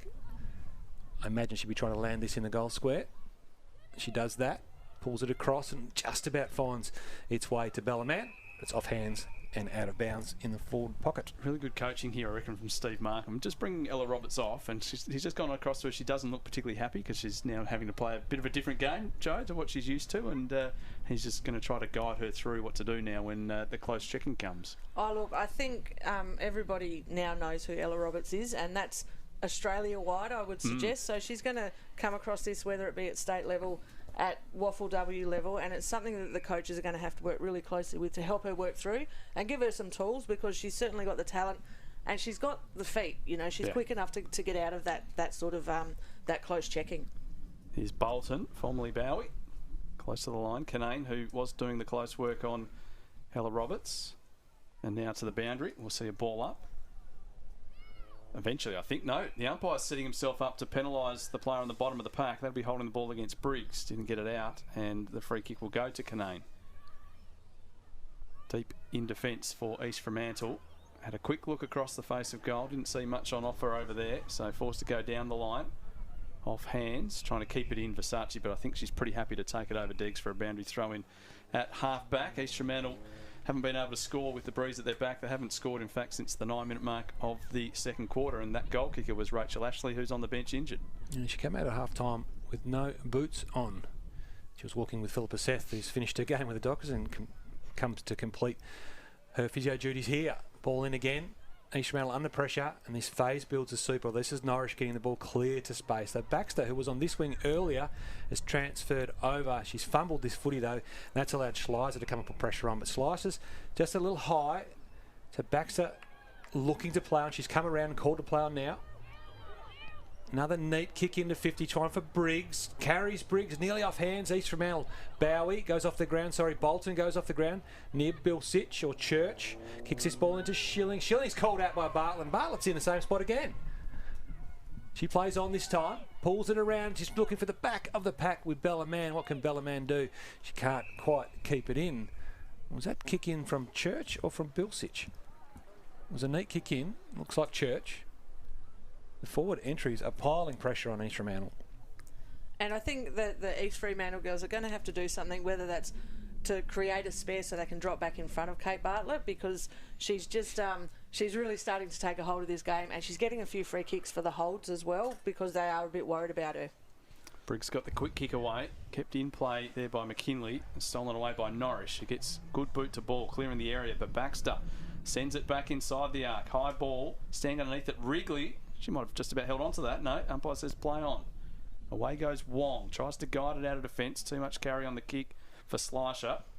Her sister has been a star over at Collingwood this year, having played very well for East Fremantle last season. Free kick for a hold will go the way of Church.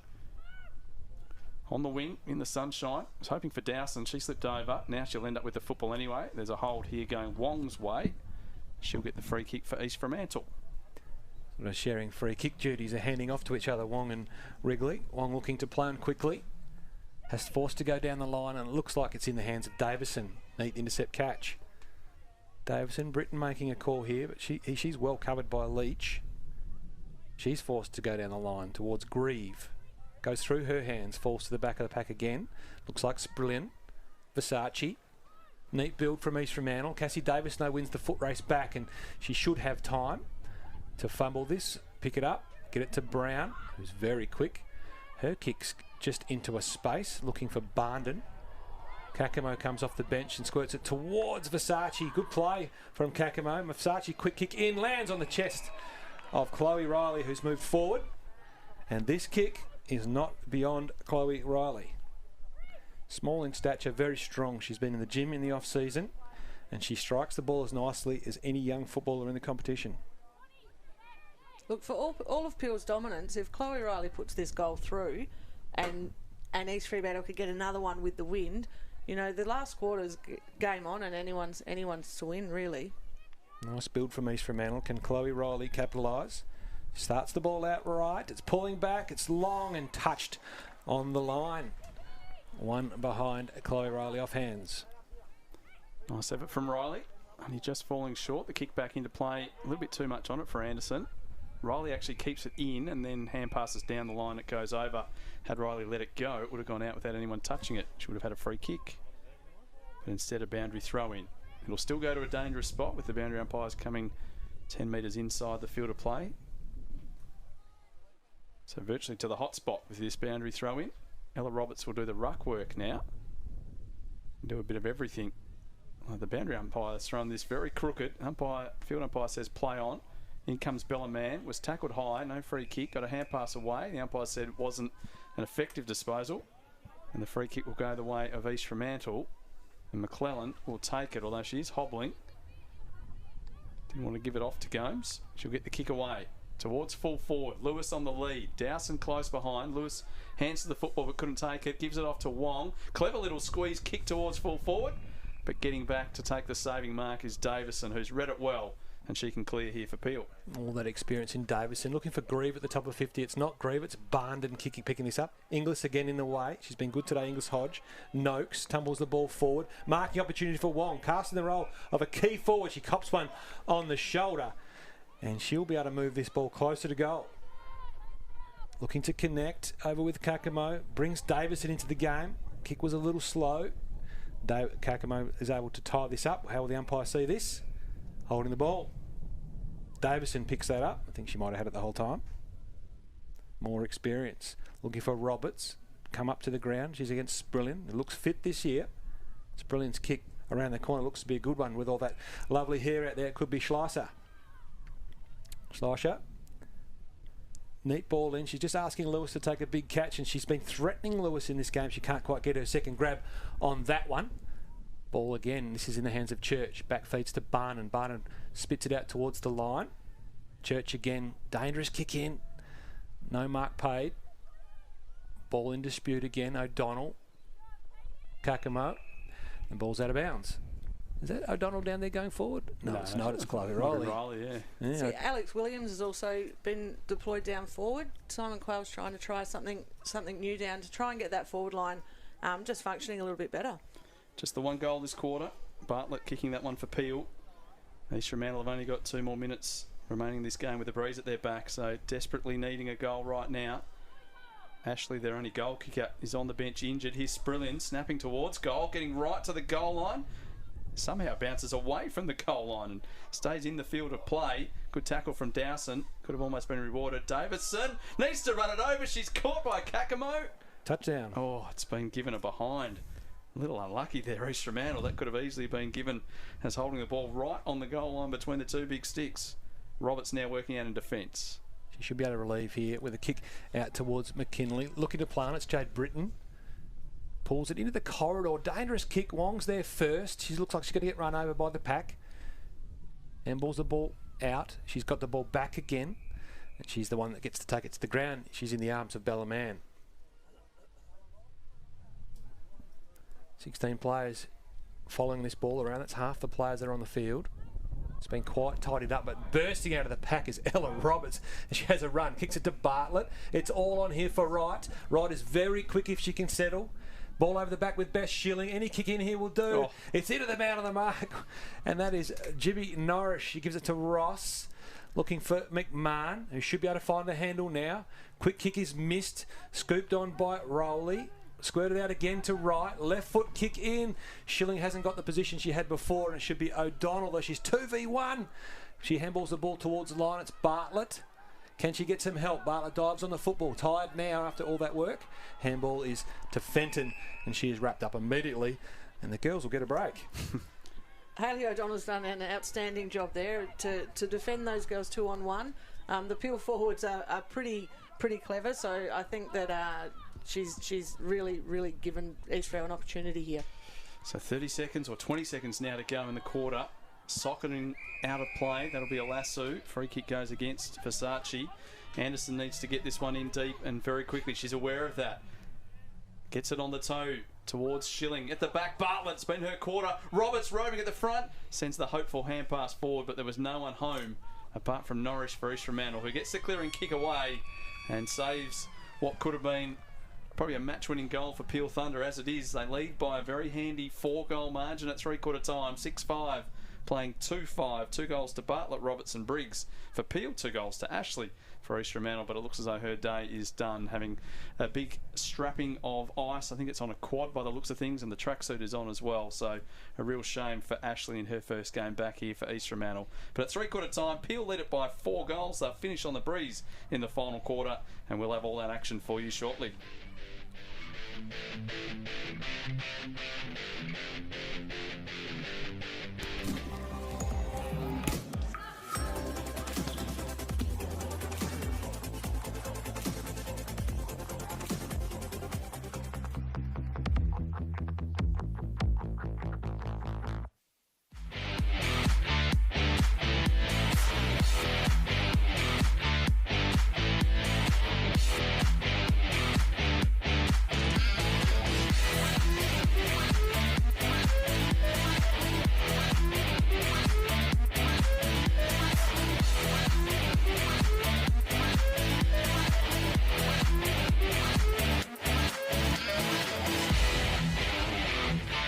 If you need it live streamed, you need Front Row Screens. Visit frontrowscreens.com.au.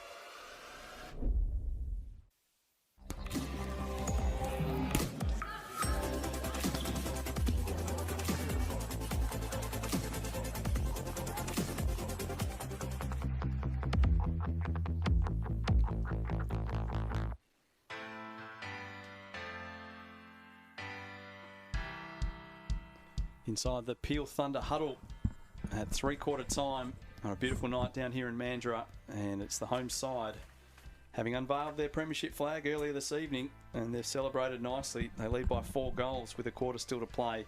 6 goals, 5, playing 2 goals, 5. Peel Thunder, too good for East Fremantle in the early stages, and Peel will have the breeze in the final quarter as well. So everything going their way in their opener for season 2021. Some of the highlights from the third quarter: Dave Lindsay, Clint Degerot and Joe Taylor, your commentators here this evening. And that player right there, number 10 for Peel Thunder, Kate Bartlett, it was her quarter, Joe. She was involved in everything up forward for Peel. Oh, absolutely. Look, she could have walked away from the third quarter with 4 goals, really. And you could tell that East Fremantle just didn't really have an answer for her, because they started tugging on the jumper and giving away a few free kicks. The other issue with her is she hasn't taken her contested catches. She's flown at a couple, and once she gets that sorted out, she's getting them on the ground, she's getting them on the lead, and then she adds those contested catches.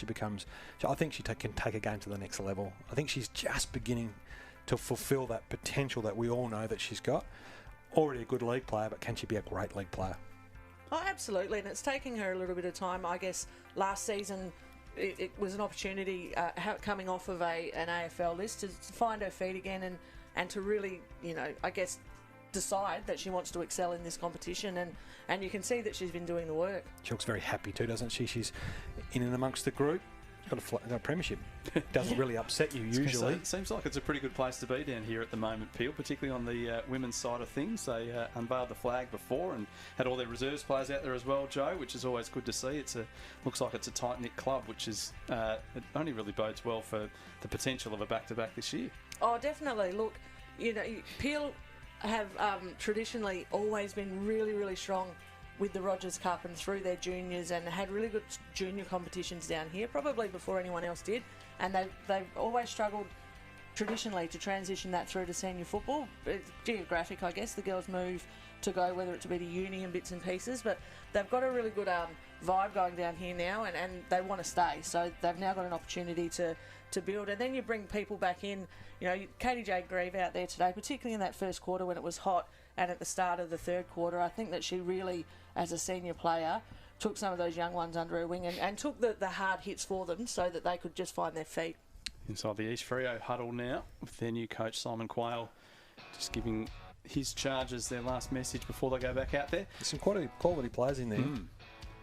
Certainly is. A bit of experience. They've lost a few from last year, just some of the names that were missing. Obviously, O'Sullivan and Slicer playing AFLW at the moment, but Catalano was a promising player for them last year. I'm not sure, Joe, do you know where she is at the moment? Is she injured or still around the club? No, I actually don't Haven't know. heard. And another one that I've noticed isn't out there that Degs might be able to give us some info on is Rosie Walsh. Well, Rosie Walsh injured her hand as an AFLW trainer with the Eagles in their inter-club. I think my understanding is, and I'm just getting some news, some feedback from the West Coast at the moment, is that she was cleared of her hand. So it'd be a matter of whether she's got a knock in the lead into this game, or whether she wasn't deemed not quite ready to play after that little layoff with that hand injury. One young player that came on for them last year was Lily Bird. We saw some of her better football towards the end of last year. Do we know where she's at? She's having a year off this year, Right. Lily. So I'd suggest, as this season starts to wind up, that the call to play footy will come back to her.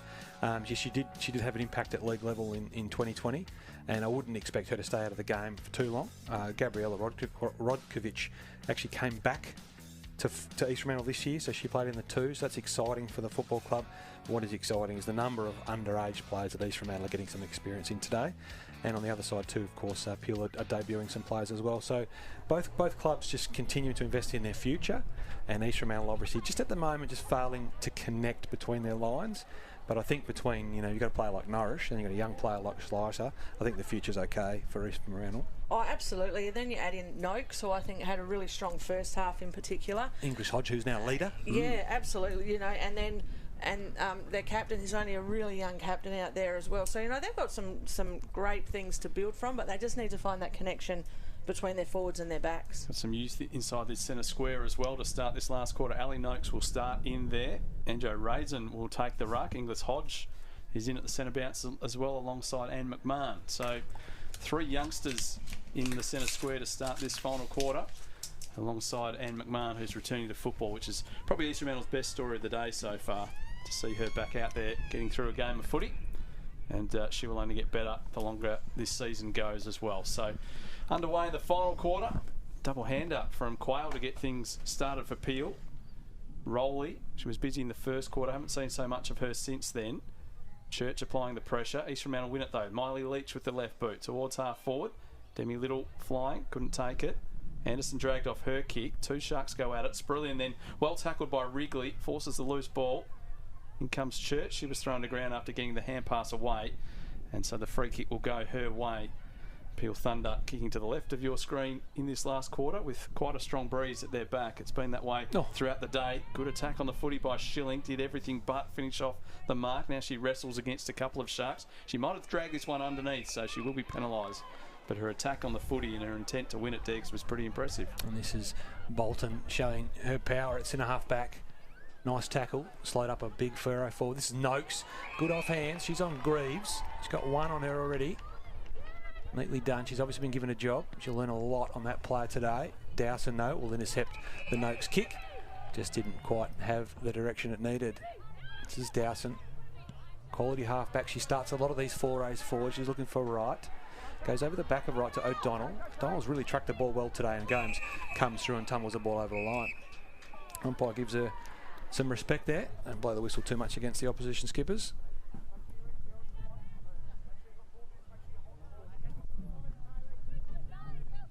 Looks like Racing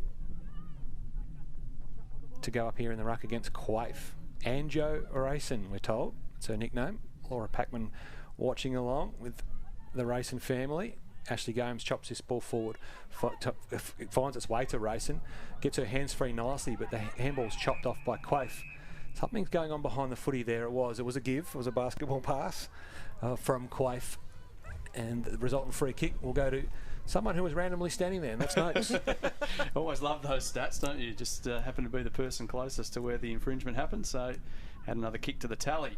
Gets very close to Quaife on the mark, but gee, she got a good piece of it. That's a good mark by Davison. Never had a moment's thought of what might be coming the other way. The kick coming out, or gets through the hands of Inglis Hodge. Britton takes it away, kicks to right. She's exciting the way she accelerates through the football. Spins on the left boot, puts it out in front of Schilling. Ball just bounces away from her, but she fights on well against Bolton and then wins it. Hand pass through the traffic towards Bartlett. Try to get it over the top, but reading it well is Amber Canane, who's up for the battle against Roberts. Takes the mark, kick goes wide. O'Donnell getting there, so too Britton, and then Britton pulls up to say, I'll take a free kick. Smart play, didn't bother touching the footy. The lasso rule gives her a free kick just short of half forward. Roberts gave a lead. That was ignored. Britain will go towards her anyway, backing back. In behind was Bartlett, but the fist of Norrish destroyed that contest. And a boundary throw in right on the 50. A little unfair. Wait till she was covered after the lead, then put it on her head. If anyone can, Roberts can. I like this rule. 10 metres in, throw it in the corridor and let's play football. Ollie Noakes has come off. Grieve. McMahon with her now. Schilling in the ruck against Anjo. Ball kicked forward. Briggs looking for a laneway runner. All chopped off by McMahon. Grieve was looking dangerous. Pressure on McMahon now. Managed to get the kick away, but only as far as Rowley. Coming off her line, Alston did neatly against Rowley. Enough worry though. Ella Roberts let her flick this to Rowley, and Rowley hits the top of the post. Deserve more. Great build up.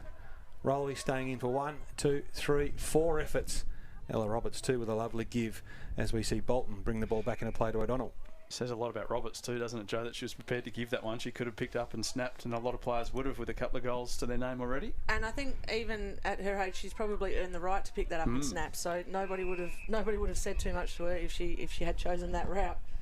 These Fremantle on the way out have sent this one out of bounds on the full. So McKinley, the scrappy kick back inside the corridor. Fumble there from Alston. Loose footy out the back. Noakes is there. Roberts lurking again, swooping towards the football. Leach just outrun that time by Rowley, who picks up cleanly, snaps again, and just misses to the right again. Oh. Exciting play from Courtney Rowley, who's run up and down the wing pretty hard again today. Wonder what sort of level she can get her game to this season. She's already a best and fairest winner 2 years ago. Well, a player of great interest to the next level. She doesn't worry about things like that. She just plays her footy as hard as she can, and it's Norrish. Meanwhile, tumbling the ball towards Leach. A good contest with Rowley. WAFLW 19's teammates. It's Noakes keeps her feet while Grieve loses hers. Still there for Peel though. Coming at the back of the pack was Bilsich. Bilsich to Grieve, and Grieve's long searching kick finds McKinley, who plays on and kicks a goal. Well, that was wonderful play at the top of the 50 by the Peel Thunder team. Just little handballs and pushes to advantage. Then a nice long ball in. McKinley, as Joe said, used her pace to get the space and convert. Yeah, and again, Peel were able to just get repeat entry after repeat entry and not allow East Fremantle to get that easy exit out of their defensive 50. It's been a real problem today that they just haven't had that link from D50 through the middle up to their forward line. So that's something they need to have a look at, and they just need to find someone. And it doesn't help, I guess, that they've also lost Sarah Lewis, who I just saw walking off with some tape on her hamstring. So, you know, they're a couple of soldiers down, and Sarah in particular is someone who will work really hard up the ground to create that link for them. The umpire in the middle has spotted something. The problem is we don't have a ruck for Peel. That's always a bit of a concern. But there was a bit of confusion by both teams as they tried to get that covered too, because Rowley was trying to go forward while going on the ball. Eventually Wong stepped inside and pulled Rowley into the right place. So 6s and 8s. Yeah, sorted it out eventually. Two real youngsters going at it. Nicely done by Schilling. Down towards another young up-and-comer in Fenton. Couldn't find the handle this time, but she goes again. Gets a hand pass away. That was blocked. Rowley with support. Taps it back to Fenton. Gather was good on this occasion. Kicks towards Briggs. Has the sit. Got hands to the footy but couldn't take it. Recovery is good as always. Kicks into the back of Gomes. Ball comes back to Briggs. She'll get 2 kicks for the price of 1. Decides to hand pass it off instead. Grieve with the kick. McMahon coming across. Roberts is there, but doing a good job again is Canane. They'll get a little clearing kick through Bolton. Doesn't make too much ground. Briggs involved once again. Hand pass out. Gomes chopping it off. Away they go again. Gomes with a little soccer kick. And they leave it here for Fenton. Going away from goal but kicking inboard. Did it nicely. Gets it to Baxter. All of this stuck on the same right half forward flank. Roberts juggling. I think she expected a bit of pressure to come from Canane. In the end, Canane took the footy away. Peel gets it inside the forward pocket. McKinley there again. So too Bartlett. Bartlett picks up the loose ball. It's an open goal square. What a snap! Oh, we've seen some good goals from that pocket today. Ella Roberts did it in the second quarter, and Kate Bartlett with her 3rd goal, and that's the best of the lot, Joe. Oh, definitely. I feel like the Peel girls might take a few snaps from that pocket at training. You know, that is a quality finish from Kate Bartlett, facing away from goal. But I just want to mention, I think Emma Canane's done a really good job on Ella Roberts in this second half. She's obviously been set for it, and we've still got some time left where she might make a fool of me, but I think that she's really stuck to her task and reined Roberts in, but unfortunately it's just meant that the likes of Bartlett and these guys have stepped up. And particularly because Ella's continued to press for the football, which has mean that she's actually given some space behind her and given the ground some length. I don't understand why we need to give warnings for players that are rotating. It doesn't give any advantage to an opposition side to play one short in their half. The umpire nearly gave that to Beth Schilling, which would have made a mockery of the rule altogether. Meanwhile, recipient of a dead set freebie is Anjo Racing. Club beacon bound, apparently. Her kick right through the hands of Kira Lee Brown. Long again, been busy again today. And ball inside forward 50, picked up by Schleiser. She gets a running shot for goals. This could run on. It is going on, but unfortunately Davison's made her way back. It's actually Demi Little making her way back there. Anderson tracking slowly. Really laconic play, deep inside 50 from both teams. The kick didn't travel the required 15 metres, and Alex Williams is able to wrap up Cassie Davison and get a bounce. Certainly throwing the magnets around the East Fremantle coaching staff. A lot of players playing in very different positions to where they started earlier today. The game hasn't gone their way with a couple of key injuries as well. Little clearing kick from Bilsich to a very dangerous spot. Gomes and Wongo at it, both teammates. Good hand pass to McMahon. Wouldn't mind seeing her name on the score sheet. What a goal! And McMahon, welcome back to footy. And if you're a Sharks player out there, get across to her right now, because that's a great story. She's gone through a lot just to get back out onto a football field, and let's hope this is the first step back towards an AFL list again, Joe. And she's done a good job tonight, and that's a good way to finish her day. Oh, look, absolutely. She's worked hard and a long time out of footy and also a really traumatic injury. So I think everybody's cheering for her, and Trent Cooper will be keeping an eye on that. She may get a game towards the back end of the season if she can get some game fitness into her. So, it's really exciting. And that's a good leg tattoo. Not going to lie, I'm pretty impressed. She's got the Dockers anchor in there, so she's committed. It's really hard to transfer across to another football club now. And what is the sleeve on the leg called? A pant? Quaife wins this down into path of Bilsich, who's tackled or pressured from behind. Stops her clean run. I want to mention Gomesy before. Bodyline head and shoulders over the ball, was able to get that ball to McMahon for that goal. She's involved in slowing this pressure down. Bartlett, however, toe pokes the ball towards a teammate. McMahon misses that. Fenton now keeping her feet. Umpire's found a little hold. It's in the hands of O'Donnell. Now, O'Donnell's been good today. She just finds a way to halve contests. She's having a little look here she can connect with, and she's looking for Inglis Hodge, who's done both good connection work through the midfield and good intercept work as well. She plays on now. Past Baxter. It goes over her intended targets. It falls in the hands behind the pack. Barnden. Fenton dangerously into the corridor. Riley's there, facing off with Kira Lee Brown. Riley trying to keep her feet, paddles it to Versace. Versace's quick kick's going to be okay. If Schleiser can get this one to ground, she does. But Kira Lee Brown comes through, clean hands and speed to Britton, to Fenton. She turns back inside and drops it back to Barnden. Not my problem, Barnden, your problem.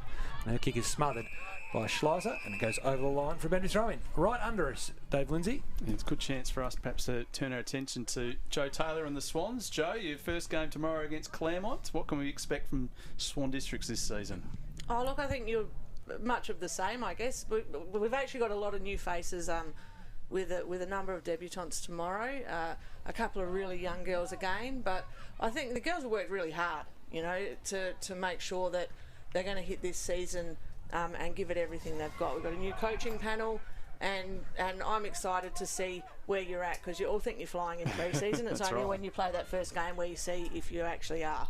And are you expecting the Tigers to step things up after last year?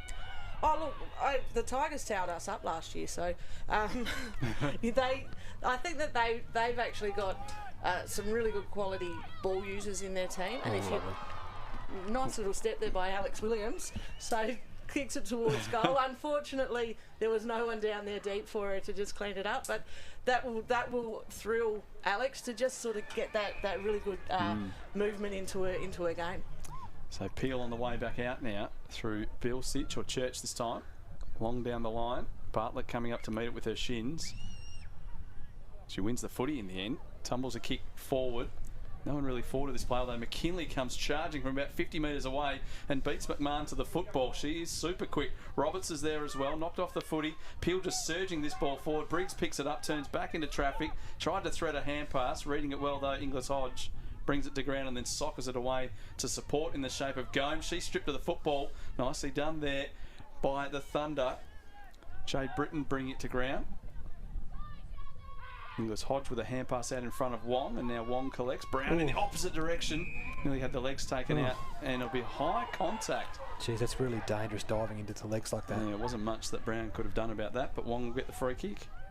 Yeah, it's all a good result now, but it's scary to see that happen, particularly in round one with such a body of work behind and such a long season in front. It's in the hands of Inglis Hodge. All's well that ends well. Good catch from the ruckman in McLennan. She's been serviceable, particularly in the first half. I think East Fremantle have unleashed something here that's quite handy in McLennan. It's going deep forward. Geez, Peel really want that ball more. That falls in the hands of Versace. She's tackled fiercely by Barnden. Barnden seems to be reprising a role she made famous earlier in her career at centre-half back. But that is not a great return of the football. And very, very lucky not to be 50. I thought when he blew his whistle he was about to march them, but no. Chloe Riley's ball in, nearly marked at the front of the pack. Another name for nearly is not marked, of course. Versace turns this ball around the corner on the right foot. It's a dangerous ball, but it favours Little, and you'd imagine that Little would have the legs in this state against Williams. Her clearing ball should be cleaned up by Miley Leach, who's played that wing well today. She's learned a few things off some teammates, and her ball is good, but it's intercepted again, but this time by Tanisha Anderson. Flips the ball out to the wing and nearly finds Wrigley. Wrigley fumbles and goes in hard against Leach, and Leach will take a free kick, although she might need a little bit of time to gather her wits. Yeah, the wind knocked out of her. Wrigley, far more mature, far more time in the gym than Miley Leach has had to this date in her career, although Leach is a very, very promising young footballer. The kick inside 50 last time was right on target, so is this one, although it goes through the hands of the teammate Kakamo. So Leach hitting the right spot, deep inside the attacking 50 twice in a row, but couldn't quite connect with the teammate.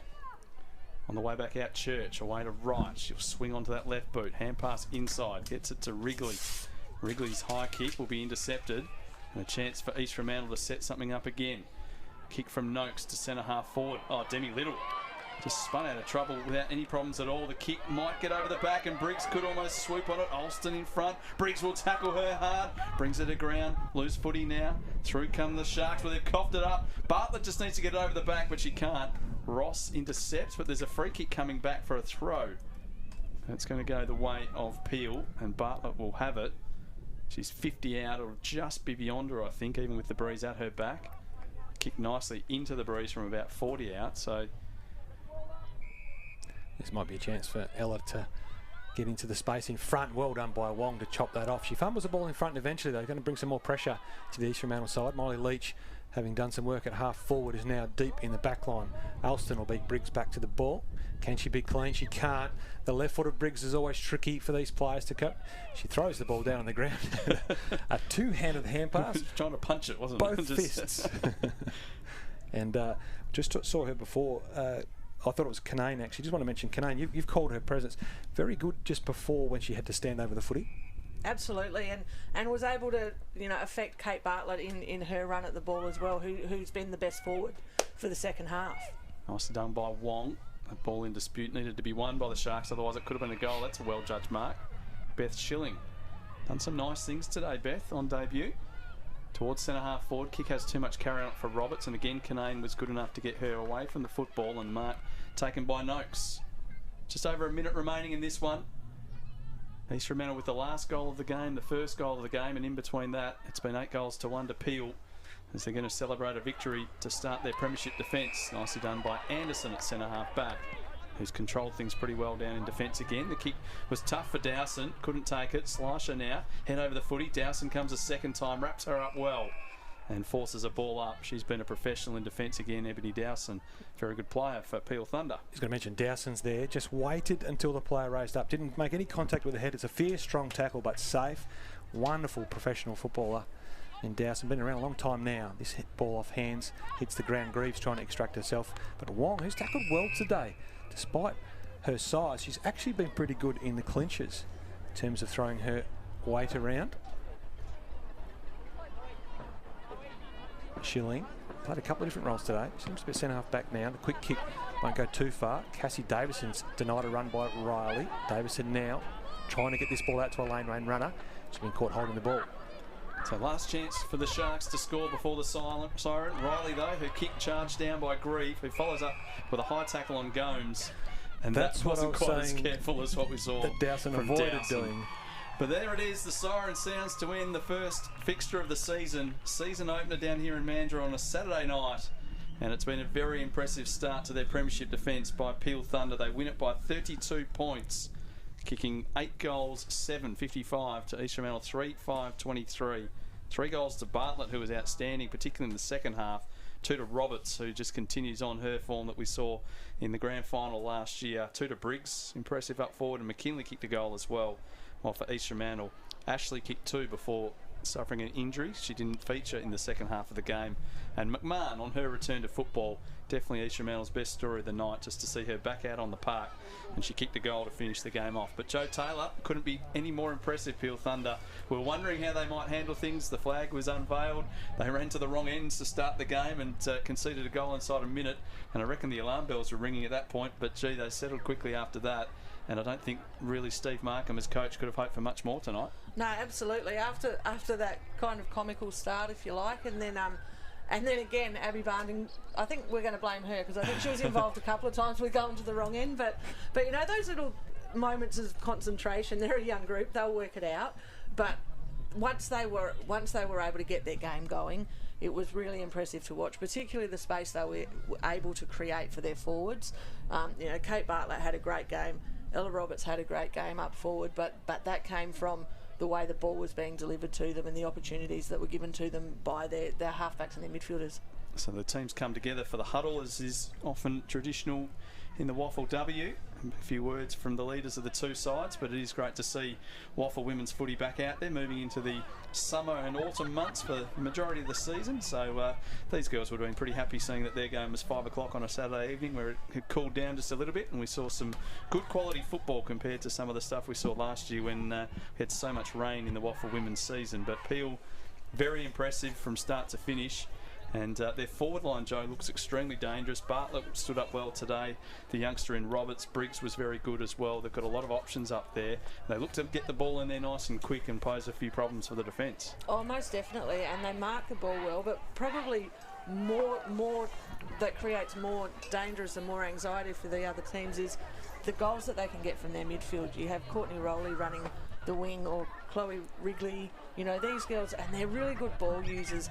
Hannah Church, you know, she's using the ball well going forward. So, you know, while their forward line is so exciting, if you can lock down on those forwards, you're going to have, you know, the next wave coming through, and they'll get a lot of goals out of their midfield this year. They've come across towards the grandstand for their song, Peel Thunder. East Fremantle in a huddle as well. Some bad news for them with some injuries to both Ashley and also Lewis. I think Lewis last year, Deggs, kicked 4 or 5 goals round one when we saw her, and she broke a finger or a hand on that occasion, and we didn't see her again for most of the season. So let's hope it's not a repeat for her. She brings something pretty special to footy. She jumps at the ball deep in the forward line. She gives East Fremantle length. She's come to East Fremantle and she's got fitter than she's ever been. Aisha Wright comes into the circle. Beth Schilling into the circle as well. They haven't noticed that Katie Jane Grieve is over having a chat with half the Sharks at the moment. They need her in the circle for the song as well, but maybe someone spotted it because they've just delayed for a moment. They're filling up the water bottles. I thought last year you weren't allowed to do this because of COVID. Yes, apparently it's okay now. Carolee Brown in there as well, another debutant. So 3 players, and gee, I think all 3 of them had an impact on the game. We like the work of Wright, very exciting, and Schilling reads the ball well in the air, and Brown's got a lot of pace as well. So let's head down for the Peel Thunder song.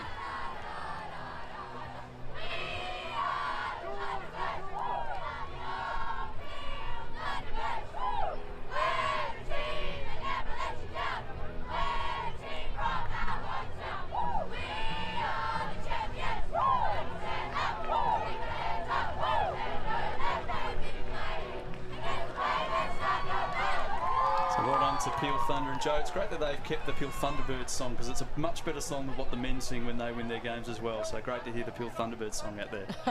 I haven't heard the men. Oh, you don't need to hear it.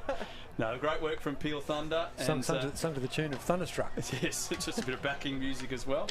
Probably could have held off on the music for just a little while and let the girls sing the song, but you can do what you like when you're premiers, and when you won and zip after the first game of the season, it's a nice way to kick things off. So we'll wrap things up here. Joe Taylor, all the best for your Swans tomorrow and for the rest of the season. I'm sure we'll have plenty more from you on the commentary throughout the year, and have a safe drive back up the freeway. Yeah, thanks for having me. It's nice to get back into, a little bit rusty, but I think we went all right. Yeah. So, you know. Give ourselves a tick. Always be excellent, I think Deg said, and that's all we're trying to do, just be excellent. And I think you were, Deg. Striving for excellence. No, I wasn't. No. I tripped over my words all day, but it's been fun. And it's great to be watching WAFLW footy, thanks to very much the front row screens and to the West Australian Footy Commission to give us this chance to bring these games out live. Have a bit of fun spending some time with some quality people up in the box, like I got to do today. Tomorrow, Swans play Claremont, and South Fremantle take on Subiaco. They're the other two games in round one. So thanks to Matt down in the truck, done a great job getting us on air and making sure all the microphones work and all that sort of thing, and bringing you these great pictures. Peel Thunder, the winners tonight by 32 points as they start their premiership defence. East Fremantle with a couple of injuries and some work to do before round two. We'll look forward to your company again here on the front row screens stream again next week, and wish everyone a very good evening.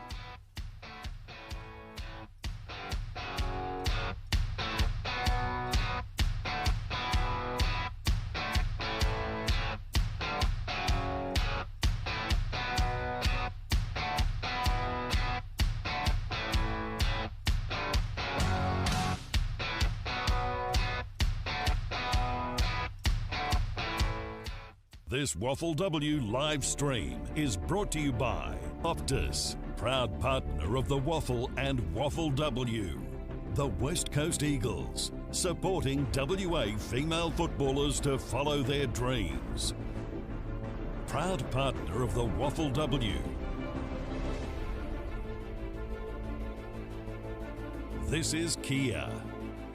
Simply Energy, supporting WA Footy's talent pathway.